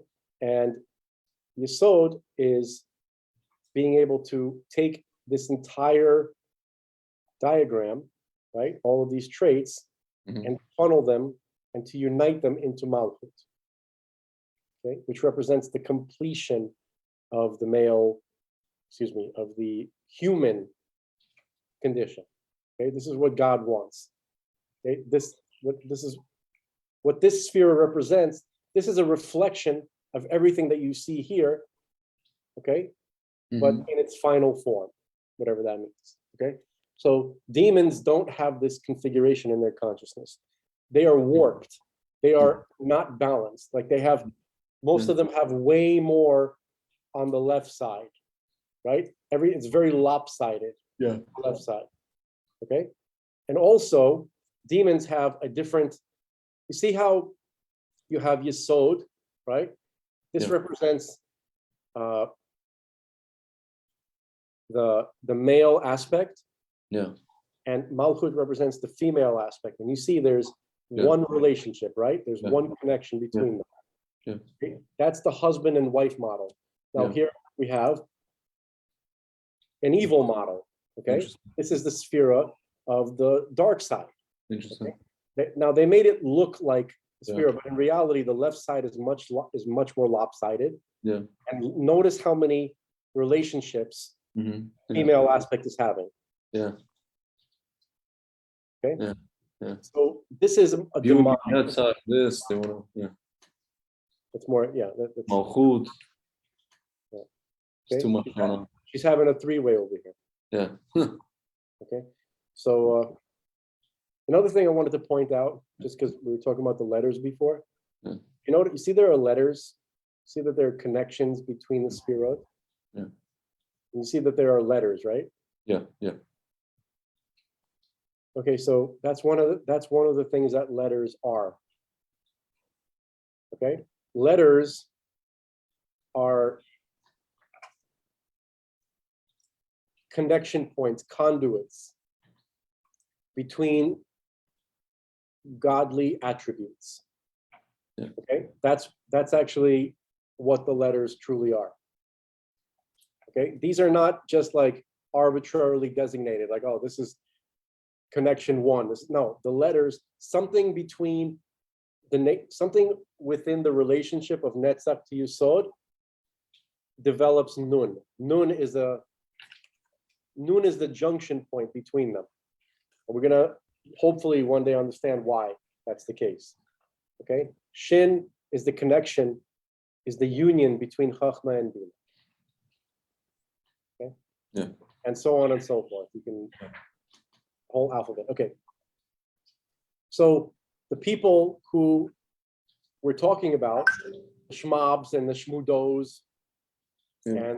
and the Shmurl, Shmikonomic, Shmorum, Yeah. okay, look like this. Yeah. Except it's way lopsided. If you can imagine it lopsided to the left side, Yeah. and with many, many more connections. Like somehow every single one of these things is connected to Malchut. So the question is, what happened to them that they became like this, or were they always like this? So what happened to them is that they are unrectified spirits who probably are the offspring of Adam and these non-human entities, okay, that they were not rectified. We were reading in previous episodes about the Erev Rav, Yeah. how the Erev Rav they started out as those demonic figures, the offspring of Adam, and then they were reincarnated. Yeah. Right. The first time we bump into them again is the generation of the flood. Yeah.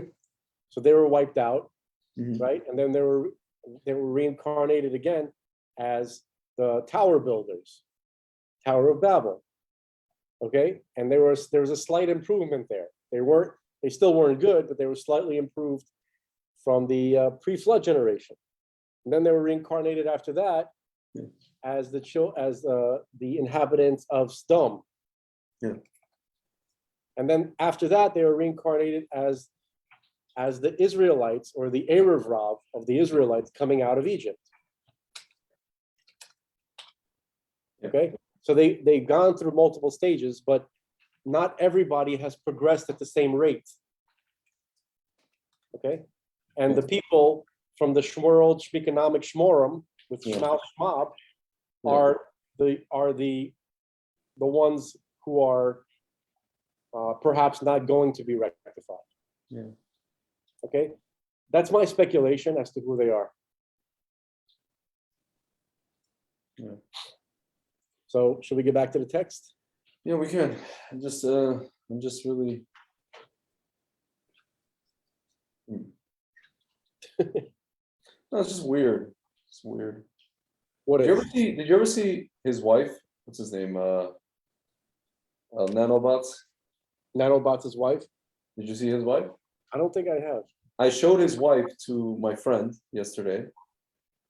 She's a very tapped in person. She goes, she looks like not a happy individual. Just look at her. Look at his wife. I forget her first name. Hilda. Yeah, there you go. Look at this. The third picture. There you go. On top, the middle picture. Yes. Look at this shit. It looks like a mask. It looks like she's wearing a mask of you ever see They Live? Hello? Yeah, I'm listening. She looks like she's wearing a mask of something. She looks like one of those masks, you know, like you ever see Eyes Wide Shut? Yeah, She looks like that, those masks. one of those masks that they wore, like the Yeah. those old, like kind of Italian kind of Renaissance masks, right? Like Venetian mask, yeah. Venice. Venetian, Venetian, not much. It's just I'm scared. yeah, there's something really off with these people. You know what I mean? They really are disconnected. They really are something else. You know, Bart Sadok, he was always talking about the pre-Adamic peoples that lived here before Adam showed up. Yeah. Okay, like whatever the humanoids or the humanity, the men that lived in this realm of existence on Earth before Adam showed up. Okay, and they didn't want Adam to show up. Okay, they thought that they were doing a good job. Okay, they were a completely different kind of creature, and it's possible that these people are the relics, are the descendants of that previous species. Yeah. By the way, I'll include, you know, this lady Ursula von der Leyen. Von der Leyen? Leyen. She's also German. No. She's the head of the was the president of the European Commission. Oh, she is the president of the European Commission. She's German. She's also one of these World Economic Forum people. There's a picture of her and Shmurla, you know, cozying up. You know. Look at him. This is who he really is. Don't think about him as an old man. Don't feel bad about him as an old man. Look at that.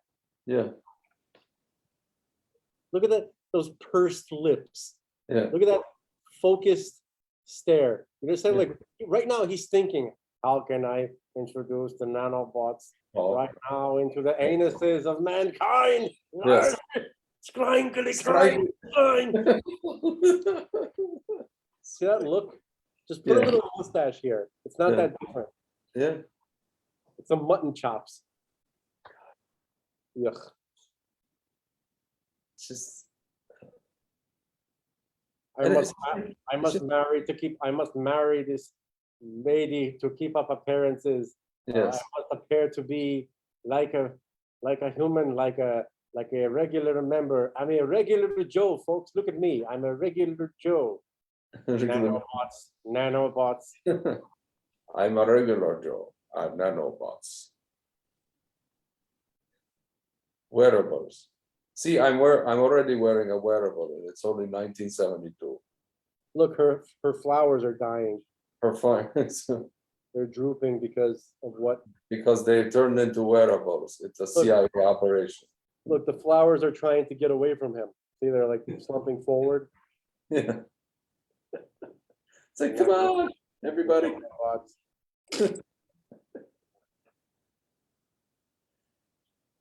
Oh God, help us. This is a psychopathic face. Yeah. It's like evil autism or something like that. Yeah, no, that's what it is. Yeah, it's like no apathy, no empathy for people. Yeah. This is not the image of God right here.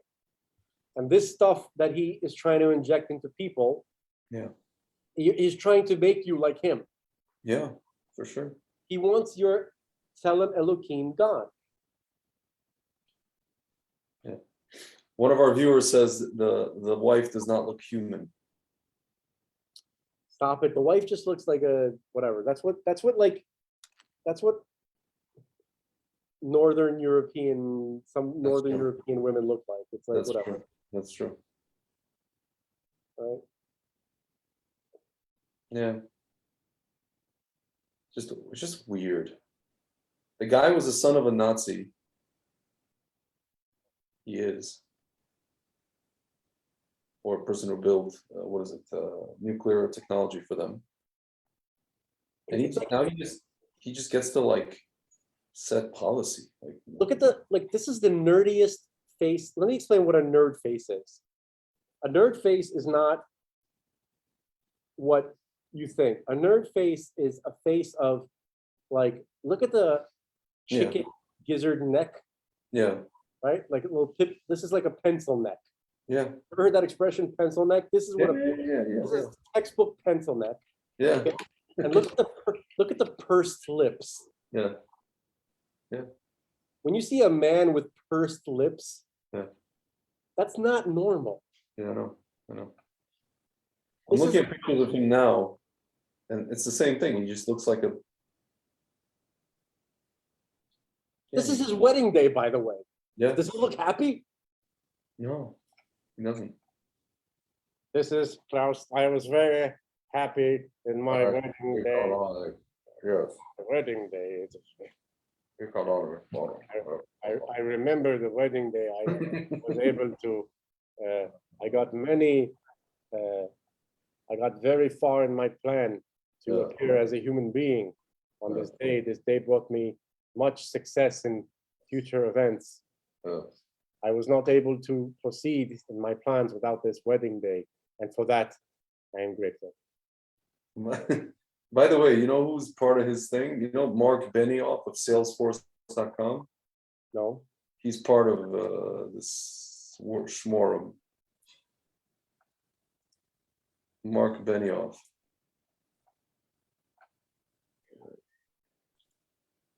I don't know. How do we like? I mean, the world has waking up to these people. They are. This is probably what he goes to sleep in. It's a Lithuanian university that gave him that, but it's just like Sure. no, it really is, but it's just like so appropriate. Pajamas. Yes. This is his like home. Darth Vader pajamas. That's crazy. It's like literally Hashem is just like, hello. There you go. Oh, that's a great article. That article is about his father. That's the article. Schwab family values. Click on that. It's an amazing article. You should read this. This was an amazing research by this guy about Schwab's father. Is the real Schwab a kindly old uncle figure wishing to do good for humanity? or is he really the son of a Nazi collaborator, slave labor, and It's like the answer is in the question. You know? Yeah. That's actually what I see when I. That's what he is. That's exactly what he is. It's like they live, you know, like. Look, he's a Bolchinian. That's from Men in Black. It's a great article. You got to read this. I highly recommend this reading. I'll read it right now. Yeah, read it. On the morning. It's quite long. It's quite long. Oh, it is long. Okay. You can read it. Let me. A Swabian story. You know what? I'll get to the part about his father here. I'll just simplify this. What is it? Family. What is it? What's the name of the article? Story? Schwab family values. Yeah. It's an amazing article, actually. Yeah, this guy, his name is Johnny Vedmore. He's a British guy, I think Welsh. Okay. Here you go. On July 10th, 1870, Klaus Schwab's grandfather, Jacob Wilhelm Gottfried Schwab, referred to later as simply Gottfried, was born in Germany at war with its French neighbors. Karlsruhe, the town where Gottfried Schwab was born, was located in the Grand Duchy of Baden, ruled in 1870 by the 43-year-old Grand Duke of Baden, Frederick I. This is just like history, whatever. Here, blah, blah, blah, blah, blah, blah, Gottfried Schwab, this and that. Here, okay. Now he gets into, okay, they would marry, okay. So he got married and his child, their child, Eugene Schwab, this is Klaus Schwab's father. Eugene Schwab was born in 1899, April 1899. At the time of his birth, Gottfried Schwab had moved up in the world, having become a machine engineer. When Eugene was around 1 year old, Gottfried and Marie Schwab decided to return to live in Karlsruhe, and Gottfried reapplied for German citizenship again, because they lived in Switzerland, in Bern. Eugene Schwab would follow in the footsteps of his father. This is Klaus Schwab's father, and also become a machine engineer, and in future years, he would advise his children to do the same. Eugene Schwab would eventually begin working at a factory in a town in Upper Swabia, in southern Germany, capital of the district of Ravensburg, Baden-Württemberg. The factory where he would forge his career was the German branch of a Swiss company called, company named Escher Wyss. Switzerland had many long-standing economic ties to the Ravensburg area, with Swiss traders in the early 19th century, bringing in yarn and weaving products. In the same period, Ravensburg delivered grain to Rorschach until 1870, alongside breeding animals and various cheeses deep within the Swiss Alps. Between 1809 and 1837, there were 375 Swiss people living in Ravensburg, though the Swiss population had dropped to 133 by 1910. Okay, so railway, this and that and the other, wonderful, fantastic. Okay, Escher Wyss. So we get to here, scroll down. At the turn of the new century, Escher Wyss had put the ribbon weaving to one side and began to concentrate on much bigger projects like the production of large industrial turbines. And in 1907, they sought an approval and concession procedure for the construction of a hydropower plant near Dogern am Rhein, which was reported in a Basel brochure from 1925. He gets into this history of the company. I just want to talk about his father here. He just gets a very winded history of this company. Development economic situation, blah, blah, blah, blah, blah. Okay, here. Okay. By the mid-1930s, Escher Wyss had again found itself in financial trouble. In order to rescue the company this time, a consortium was brought on board to save the ailing engineering firm. The consortium was partly formed by the Federal Bank of Switzerland, which was coincidentally headed by Max Schwab, who was of no relation to Klaus Schwab, and further restructuring took place. In 1938, it was announced that an engineer at the firm, Colonel Jacob Schmidheiny, would become the new president of the board of directors at Escher Wyss soon after the outbreak of war. 1939, Schmidheiny was quoted as saying, "The outbreak of war does not necessarily mean unemployment for the machine industry in a neutral country, or on the contrary. Escher Wyss and its new management were apparently looking forward to profiting off the war, paving the way for their transformation into a major Nazi military contractor." A brief history of Jewish persecution in Ravensburg. When Adolf Hitler came to power, many things changed in Germany, and the story of the Jewish population in Ravensburg during that era is a sad one to tell. Yet it was hardly the first time anti-Semitism had first been reported as having reared its ugly head in the region. In the Middle Ages, a synagogue mentioned as far back as 1345 was located at the center of Ravensburg, serving a small Jewish community which can be traced from 1330 to 1429. At the end of 1429 and through 1430, the Jews of Ravensburg were targeted and a horrific massacre ensued. So now he's talking about settlements of this, mass arrest of Jewish residents, not dismissing it, just kind of a history. Says Ravensburg had this ban confirmed by Emperor Ferdinand, or they were expelled. The first in 1559 and was upheld, for example, in an 1804 instruction issued for the city guard, which read, "Since the Jews are not allowed to engage in any trade or business here, no one else is allowed to enter the city by post or by carriage. The rest, however, if they have not received a permit for a longer or shorter stay from the police office are to be removed from the city by the police station." Geez, not until the 19th century were Jews able to settle. This is the legally in Ravensburg, the emancipation. See, it says in the start of the 1930s, there were 7 main Jewish families living in Ravensburg: Adler, Erlinger, Harburger, Hermann, Landau, Rose, and Sondermann. After the Nazis seized power, some of the Ravensburg Jews were initially forced to emigrate, while others would later be murdered in concentration camps. Leading up to World War II, there were many public displays of hatred towards small communities of Jews in and around Ravensburg. Okay, so I want to get to his father here. There's all this anti-Semitism stuff in the city. Here you go. Here we go. Eugene Schwab continued to manage the National Socialist Model Company for Escher Wyss, and the Swiss company would aid the Nazi Wehrmacht produce significant weapons of war, as well as more basic armaments. The Escher Wyss company was a leader in large turbine technology for hydroelectric dams and power plants, but they also manufactured parts for German fighter planes. They were also intimately involved in much more sinister projects happening behind the scenes, which, if completed, could have changed the outcome of World War II. Here's a picture of Nazi officials in front of Ravensburg Town Hall, 1938.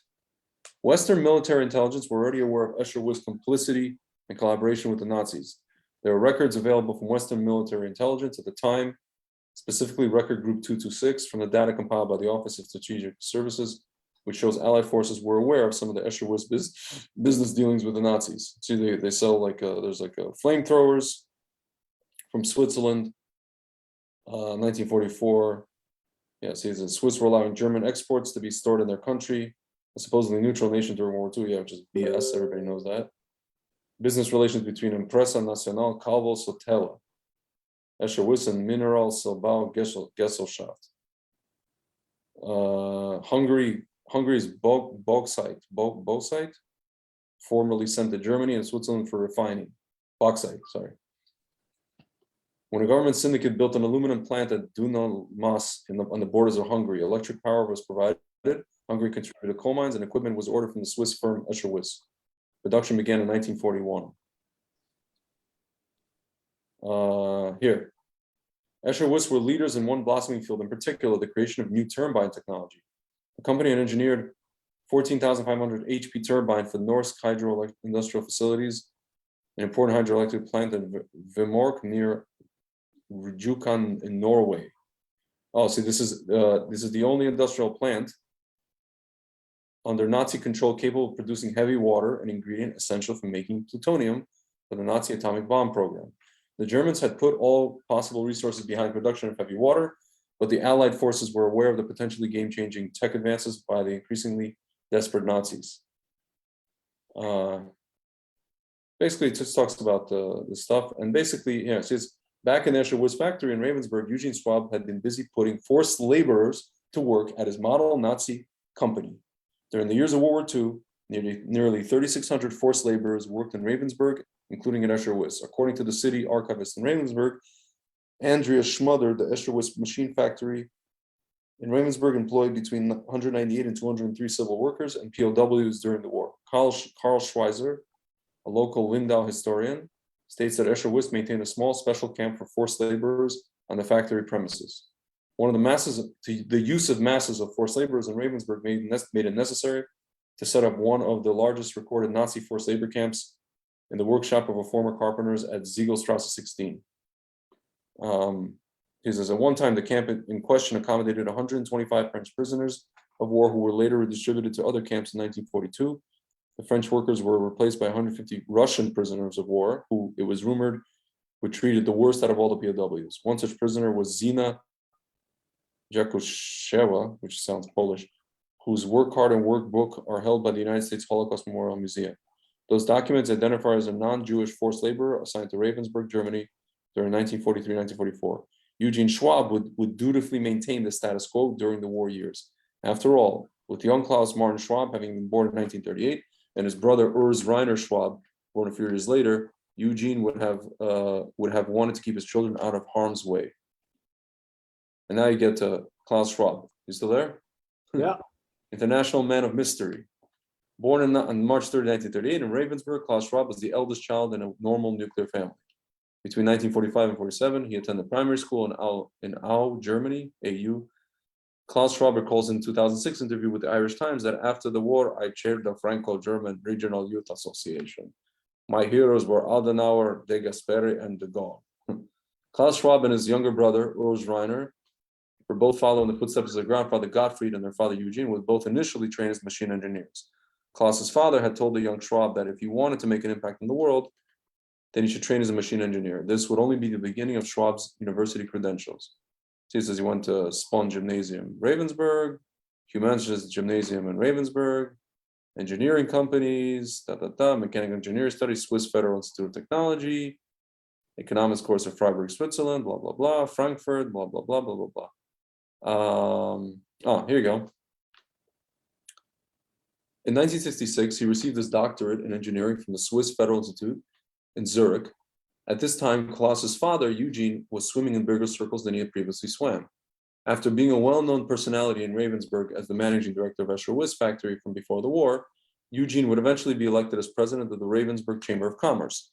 In 1966, during the founding of the German Committee for Splugen Railway Tunnel, Eugene Schwab defined the founding of the German Committee as a project that creates a better and faster connection for large circles in our increasingly converging Europe and thus offers new opportunities for cultural, economic, and social development. In 1967, Klaus Schwab gained a doctorate in economics from the University of Freiburg, Switzerland, as well as a master's in public administration qualification from John F. Kennedy School of Government at Harvard. Here's where we get to the meat.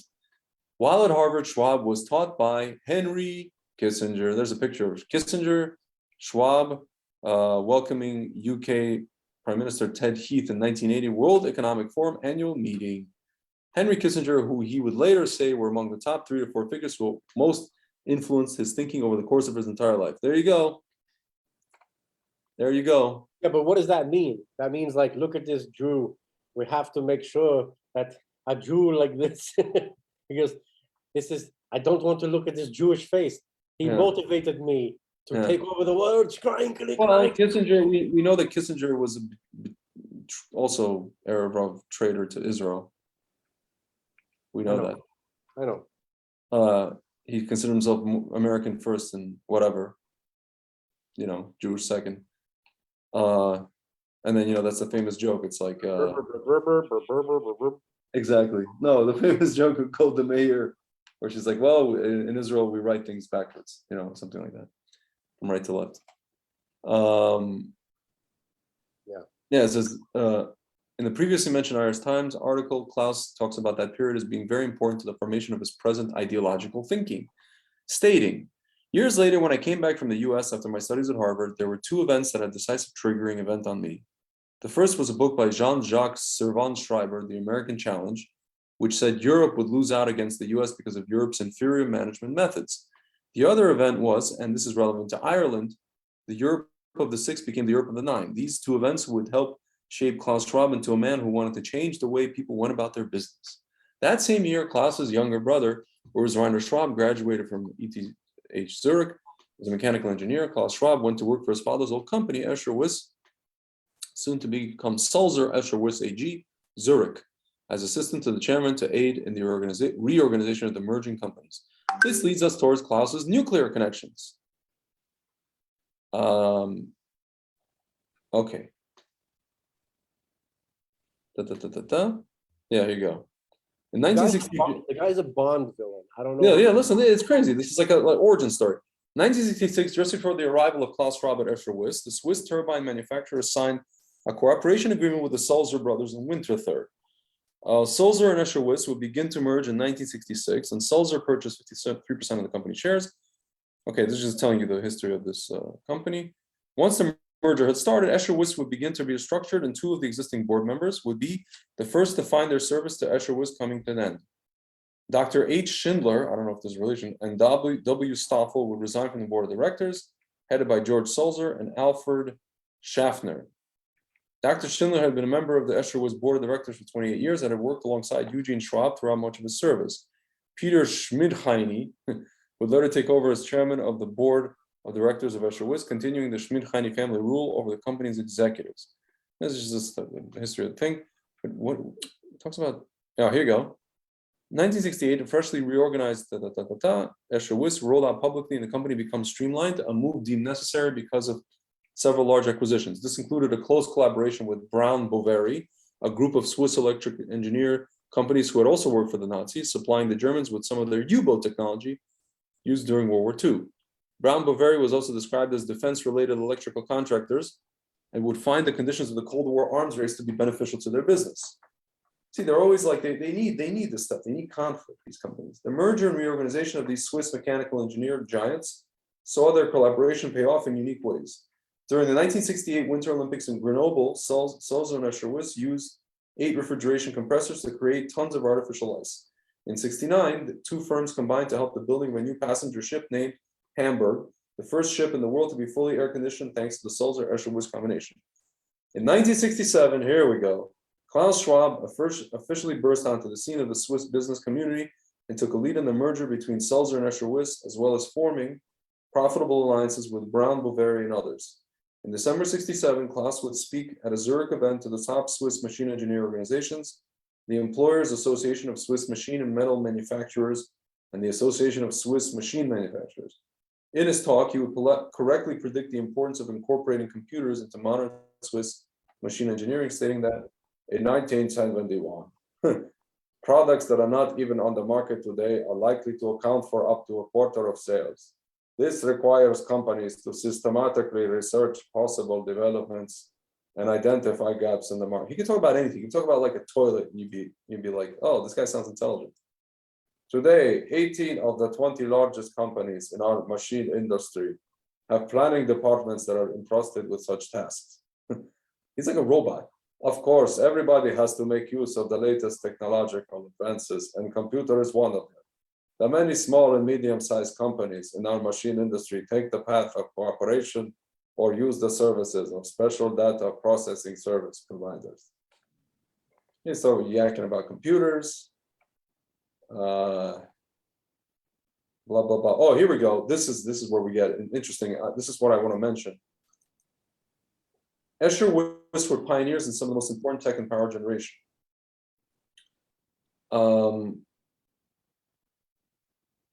One second. Yeah.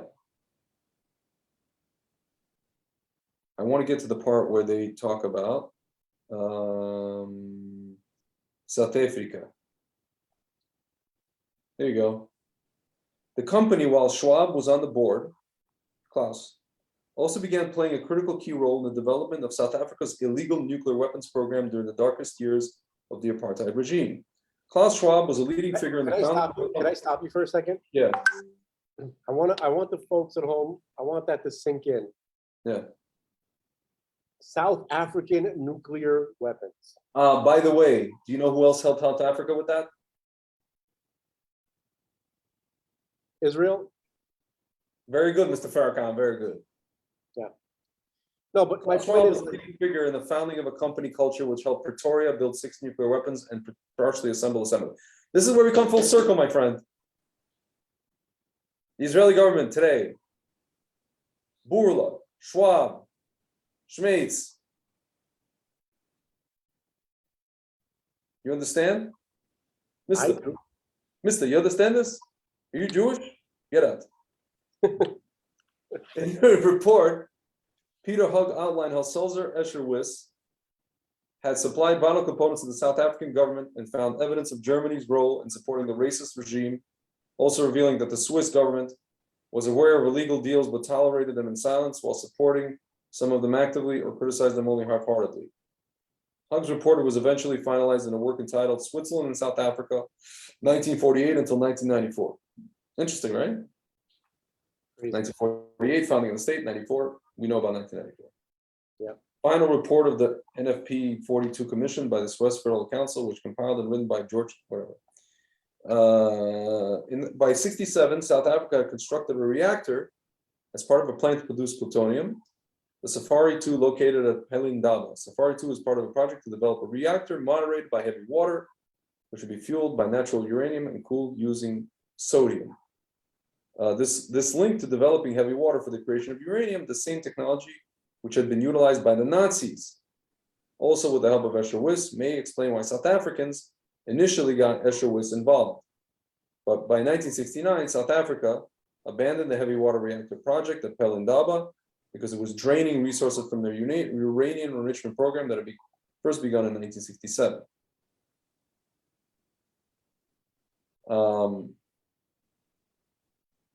The Swiss and South Africans had a close relationship through the spirit of history, when it was hardly easy for the brutal South African regime to find close allies.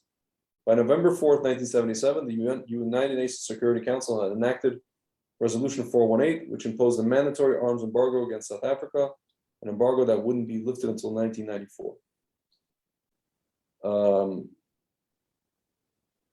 George Christ pointed out the following is a detailed assessment of the Hug report. The fact that the authorities assumed a laissez-faire attitude even after May 1978 comes to the fore in an exchange of letters between anti-apartheid movement and the DFMA in October 1978. As a study by Hug explicates, the anti-apartheid movement of Switzerland pointed to German reports according to which Sulzer Escher and a company called BBC, that's not the BBC, had supplied parts for the South African uranium enrichment plant, and to repeated credits to Eskom, which also included considerable contributions by Swiss banks. These assertions led to questions of whether the Federal Council, in light of fundamental support of the UN embargo, ought not to instigate the National Bank to stop authorizing credits for Eskom in the future. Swiss banks would help to fund the South African race to nukes, and by 1986, Sulzer Escher were successfully producing special compressors for uranium enrichment. So now it gets into the founding of World Economic Forum, and then the Club of Rome. Wow. Yeah, in 1970, young upstart Klaus Schwab wrote the European Commission and asked for help in setting up a non-commercial think tank for European business leaders. The European Commission would sponsor the event as well, sending French politician Raymond Barre to act as the forum's intellectual mentor. Raymond Barre, who was at that time European Commissioner for Economic and Financial Affairs, would later go on to become French Prime Minister and would later be accused of making anti-Semitic comments while in office. So in 1970, Schwab left Escher to organize a 2-week business managerial conference. In 1971, the first meeting of the World Economic Forum, then called the European Management Symposium, convened in Davos, Switzerland, 1971. Around 450 participants from 31 countries would take part in Schwab's first European Management Symposium, mostly made up of managers from various European companies, politicians, and American academics. The project was recorded as organized by Klaus Schwab and his secretary, Hilde Stoll, who later the same year would become Klaus Schwab's wife. It's amazing. It's a secretary. It's like a Frau Verbissen, you know? Yeah. Klaus's European Symposium was not an original idea. As writer Ganja J. Aratnam, I guess an Indian guy, stated quite coherently in 2018, Klaus Schwab's spirit of Davos was also the spirit of Harvard. Not only had the business school advocated the idea of a symposium, prominent Harvard economist John Kenneth Galbraith championed the affluent society as well as capitalism's planning needs and rapprochement of the East and West. It was also true that, as Aratnam pointed out, this was not the first time Davos had hosted such events. Between 1928 and 1931, the Davos University conferences took place at the Hotel Belvedere, events which were co-founded by Albert Einstein and were only halted by the Great Depression and the threat of looming war. Interesting. Didn't know that. Now this is the last part, the Club of Rome. The most influential group that spurred the creation of Klaus Schwab Symposium was the Club of Rome. I keep hearing this in certain circles. An influential think tank of the scientific moneyed elite that mirrors the World Economic Forum in many ways, including its promotion of a global governance model led by a technocratic elite. The club had been founded in 1968 by Italian industrialist Aurelio Picei and Scottish chemist Alexander King during a private meeting at a residence owned by the Rockefeller family in Bellagio, Italy. Among its first accomplishments was a 1972 book entitled The Limits of Growth that largely focused on global overpopulation, warning that if the world's consumption patterns and population growth continues at the same high rates of the time, the Earth would strike its limits within a century. So basically, these are the guys behind all this crap. Literally, what we're seeing today, this Club of Rome. At the third meeting of the World Economic Forum in 1973, Picei delivered a speech summarizing the book, which the World Economic Forum website remembers as having been the distinguishing event of this historical meeting. That same year, the Club of Rome would publish a report detailing an adaptive model for the global governance that would divide the world into 10 interconnected economic political regions. This is where like the ideology comes from. This Club of Rome. Yep. This is where it comes from. These are like the, Lahavdil, I don't know, the alter rebbes of this thing, or the Baal Shem Tovs, Lahavdil, major Lahavdil. No. The Club of Rome was long controversial. No. Its obsession with Bad dog. reducing the global population in many of its earlier policies, which critics described as influenced by eugenics and neo-Malthusian. Yep. However, in the club's infamous 1991 book, The First Global Revolution, it was argued that such policies could gain popular support if the masses were able to link them with an existential fight against the common enemy. To that effect, the First Global Revolution contains a passage entitled, "The common enemy of humanity is man," with a capital M, which states the following: in searching for a common enemy against whom we can unite, we came up with the idea that pollution, the threat of global warming, water shortages, famine, and the like would fit the bill. In their totality and their interactions, these phenomena do constitute a common threat which must be confronted by everyone together. But in designating these dangers as the enemy, we fall into the trap, which we have already warned readers about, namely mistaking symptoms for causes. All these dangers are caused by human intervention and natural processes, and it is only through changed attitudes and behavior that they can be overcome. The real enemy is humanity itself. You see what look, by the way, Yeah. I was waiting for this moment, okay? Yes. Biding my time.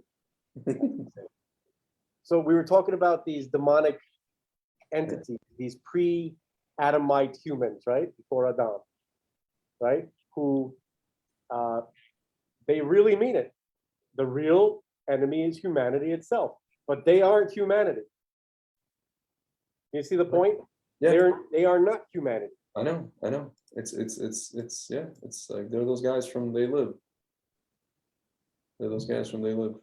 I mean, let me just continue reading this. In the years since the elite the elite that populated the Club of Rome and the World Economic Forum have frequently argued that population control methods are essential to protecting the environment. It is thus unsurprising that the World Economic Forum would similarly use the issues of climate and environment as a way to market otherwise unpopular policies such as those of Great Reset as necessary. This is the last part. The past is prologue. Since the founding of the World Economic Forum, Schwab has become one of the most powerful people in the world, and his Great Reset has made it more important than ever to scrutinize the man sitting in a globalist throne. Given his prominent role as the far-reaching effort to transform every aspect of the existing order, Klaus Schwab's history was difficult to research. When you start to dig into the history of a man like Schwab, who sits aloft over shadowy elite movers and shakers, you soon find lots of information that has been hidden or removed. Klaus is somebody who wants to stay hidden in the shadowy corners of society and who will only allow the average person to see a well-presented construct of their chosen persona. Is the real Klaus Schwab a kindly old uncle figure wishing to do good for humanity, or is he really the son of a Nazi collaborator who used slave labor and helped Nazi efforts to obtain the first atomic bomb? Is Klaus the honest business manager who we should trust to create a fairer society and workplace for the common man, or is he the person who helped push Sulzer Escher Wyss into a technological revolution that led to its role in the illegal creation of nuclear weapons for South Africa's racist apartheid regime?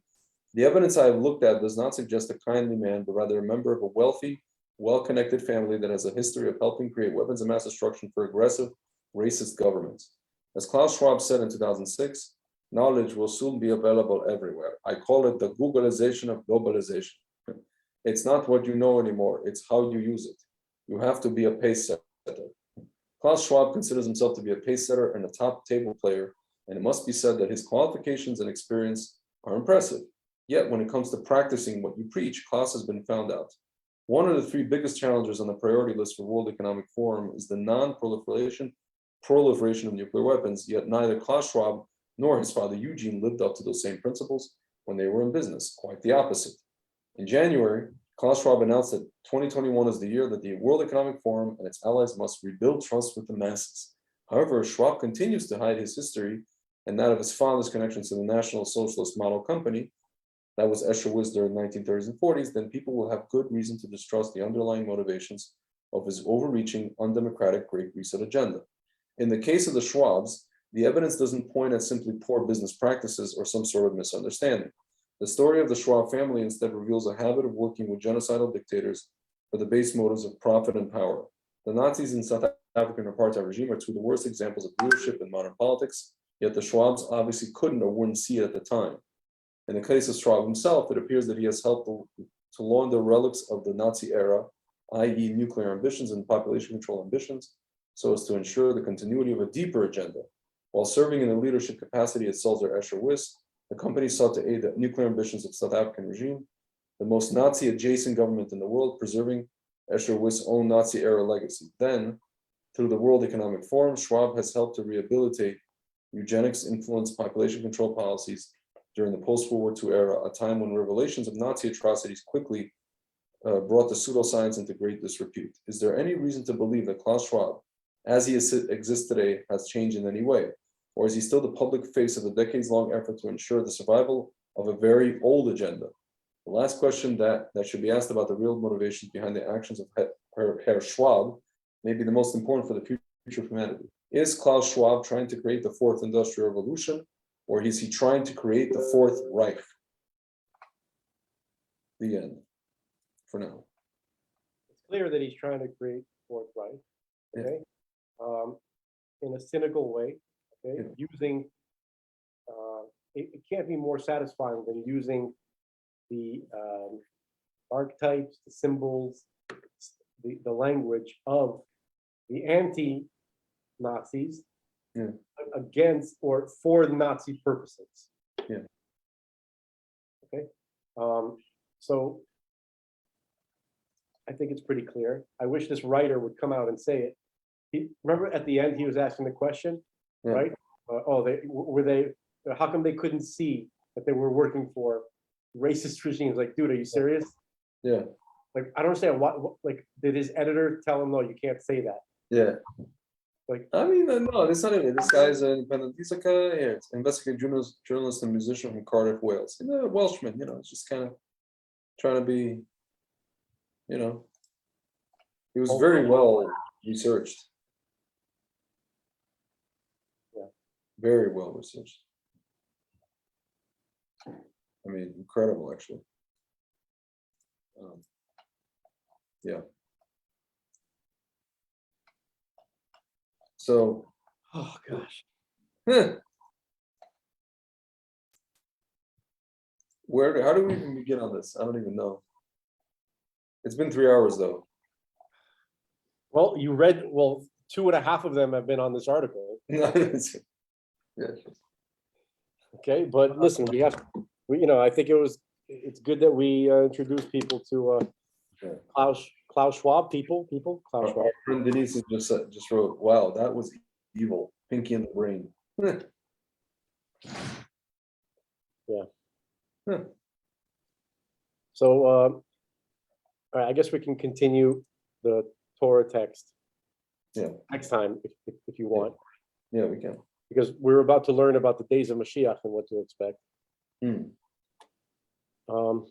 But before we go, I wanted to show people something.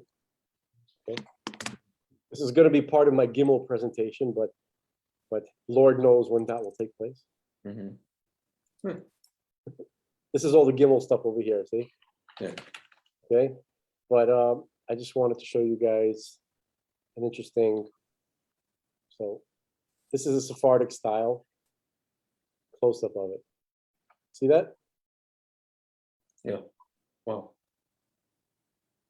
Right? You see how like the letters are kind of protruding, right? Yeah. Okay. You mean like raised? Yeah, they're raised up, right? So that's kind of what it's like. Not to this extreme, like this is a bit much.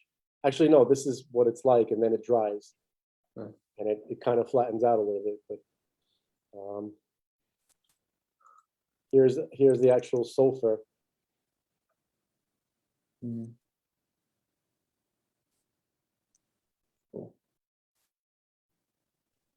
You're gonna see him doing the strokes. Where'd you get this? I found this on the interwebs. Hmm. This took a long time, gosh. Mhm. Really cool. Man, I'd be like horrified to like write a Sefer Torah. I would like, Don't be horrified. We're supposed to do it. Each Jewish I know. man is supposed to write a Sefer Torah. no, Either that or pay someone to do it. Yeah. As a proxy, but Yeah. ideally you write your own. Yeah. So it's only a minute and a half video. It's just a little. I think it's Yeah. just it's very beautiful. Mhm.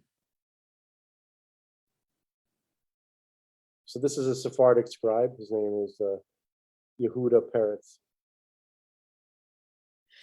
See right there what he did? I would totally screw up.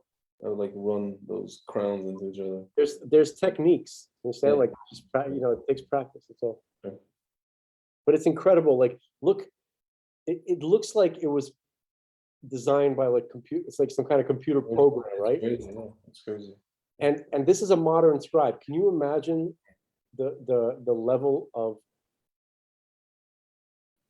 beauty that ancient scribes were able to accomplish? Like that's what all they did. Yeah. That's a yud. Mhm. Okay. Yeah. This is just to give you another little perspective of when the ink is like really raised up. You see that? Yeah. Look how high it is. That's too much. Like I actually was reading the post that is associated with this. This is like a screw up. It's too much ink. Yeah. And oh, this is really cool. Oh, hold on. This is a reed scribal pen, right? It's made from bamboo. Okay, that's the traditional pen that was used by all scribes, and then in the 700s in Europe, they started using feather pens. But this is what it actually looks like. Okay.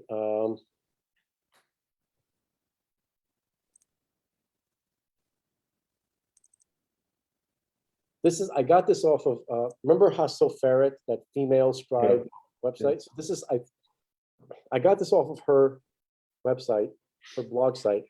Yeah. So these, you see, like, these represent crowns, right? Watch. Wow. Okay. That just, it's, I think it illustrates a very important, it's really a beautiful animation. Glad she did it. If she designed it, it's amazing. Yeah. Okay, so we'll just keep that in mind for later. We'll talk about that another time. Okay. But the crowns represent that type of infinity. Yeah.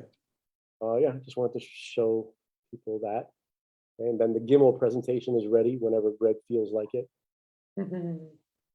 So folks, if you're thirsting for Gimel, then you know who to talk to. Talk to the tyrant of the Yes. Greg and Frank Economic Forum. Yes, we were Greg talking Schwab. about the letters and little nanobot letters. Whatever. Yeah. That's okay. And that's, I guess we can call it here. Yes. All right, sir. It's been real, and we're gonna turn these into clips, so rest assured. Wait, it's too early. It's too early. There's something we have to talk about. What is that? Pluto.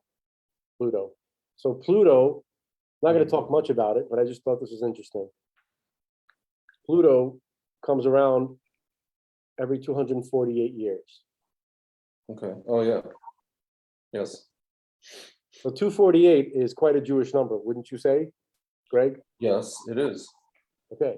248 is the list of positive commandments, right? The dues, right? The dues. Is that correct? The what? 248 are the positive commandments, correct? Yes, I think. I believe so. So hold on. Let me just, before I make a bigger fool out of myself. I'm gonna just double check that with Rabbi Google. Hold on. Just a moment. Okay.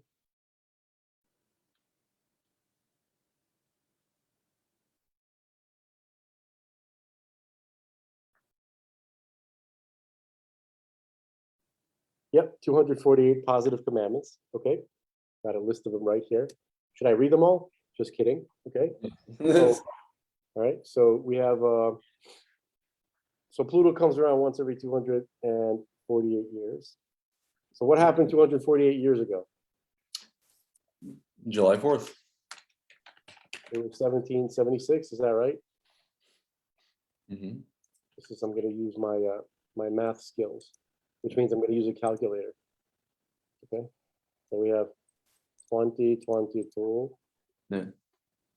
minus 17. Actually, what the hell am I doing? All right, sorry, folks. 2022 minus 248, 1774. Let me try that one more time. 2022 minus 248. Damn it. It seems to be 1774. So what happened in 1774 in American history? 1774. In 1774, what happened in 2 years later, you got, Okay, hold on. No, but hold on. 1774 in American history. Hang on. In 1774, the British Parliament passed a series of laws collectively known as the Intolerable Acts, intent to suppress unrest in colonial Boston. Interesting, because Trudeau passed the, what is it? He called them unacceptable views or something like that. Yeah. Okay. So, right. So with the intent to suppress unrest in colonial Boston by closing the port and placing it under martial law. In response, colonial protesters led by the group called the Sons of Liberty issued a call for a boycott. Okay. So Continental Congress, 1774 to 1781. Okay, hold on. Just a minute. Continental Congress, 1774 to 1781. The Continental Congress was the governing body by which the American colonial governments coordinated their resistance to British rule during the first 2 years of the American Revolution. The Congress balanced the interests of the different colonies and also established itself as the official colonial liaison to Great Britain. As the war progressed, the Congress became the effective national government of the country, and as such, conducted diplomacy on behalf of the new United States. Continental Congress. In 1774, the British Parliament passed a series of laws collectively known as the Intolerable Acts, with the intent to suppress unrest in colonial Boston by closing the port and placing it under martial law. In response to colonial protesters led by a group called Sons of Liberty issued a call for a boycott. Merchant communities were reluctant to participate in such a boycott unless there were mutually agreed upon terms and a means to enforce the boycott's provisions. Spurred by local pressure, groups, colonial legislatures empowered delegates to attend Continental Congress, which would set terms for the boycott. The colony of Connecticut was first to respond. Congress first met in Philadelphia on September 5th, 1774, with delegates from each of the 13 colonies except Georgia and Georgians. On October 20th, the Congress adopted the Articles of Association, which stated that if the Intolerable Acts were not repealed by December 1st, 1774, a boycott of British goods would begin in the colonies. The articles also outlined plans for an embargo on exports into the Intolerable Acts that were not repealed before I'm looking, you know what I'm looking for? I'm looking for like something that really sticks out. Yeah. You know what I mean? So can I ask you a question? When you heard that this Pluto the last time this happened, it was in 1776. So let me see if I can Google that. Perhaps we skewed something. Just a moment. Okay. Pluto. I'm just gonna Google Pluto 1776. There's a lot of leftist garbage that's written by leftist idiots about America can look in the mirror and figure out what it needs to change and whatever, and Yeah. all this kind of stuff. So, okay, so what is Pluto return? America is about to experience it after 248 years. Okay. The last time an American observed a Pluto return was in 1776. I don't understand what math are they using? Pluto returns to America after 246 years. I'm not sure. So maybe it's a range. Maybe It's here. it fluctuates. Like Yeah. 248 might be an average time. Like it could be like Here it says 244 years ago. There's one that says 244 years ago. I don't know. Maybe they're just not good at math. no, there has to be. You know what? I'm going to do a little bit of research. I'm going to get to the bottom of this nonsense.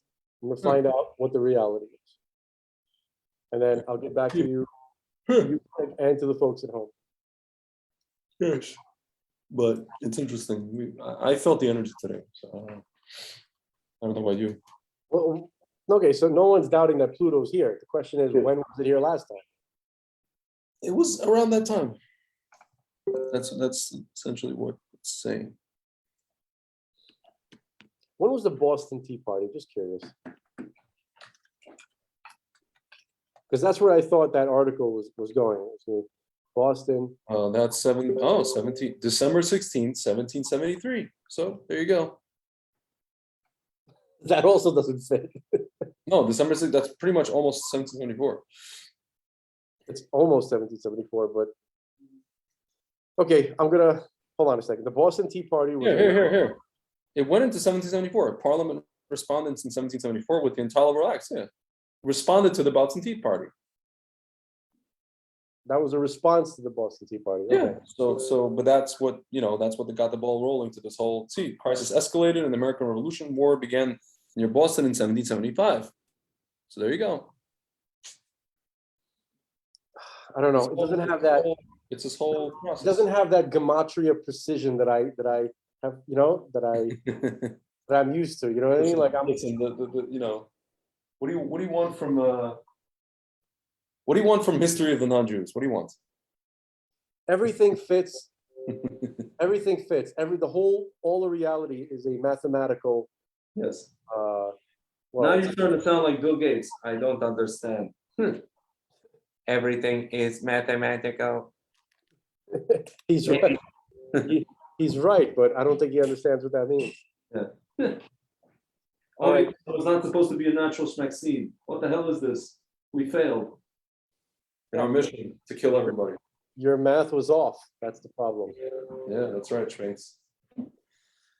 All right, sir. Gil Bates. All right. Peace. All right. Talk to you soon. Arrivederci, baby. Later. Arrivederci. Brad Pitt. Mission accomplished. Mr. Campus. It's hard work being a student. All right. Don't mess with Texas. Talk to you later. Even though he's from Connecticut. Anyway. Yeah, exactly. All right. Hi, peoples. All right. The real. Yes, yes.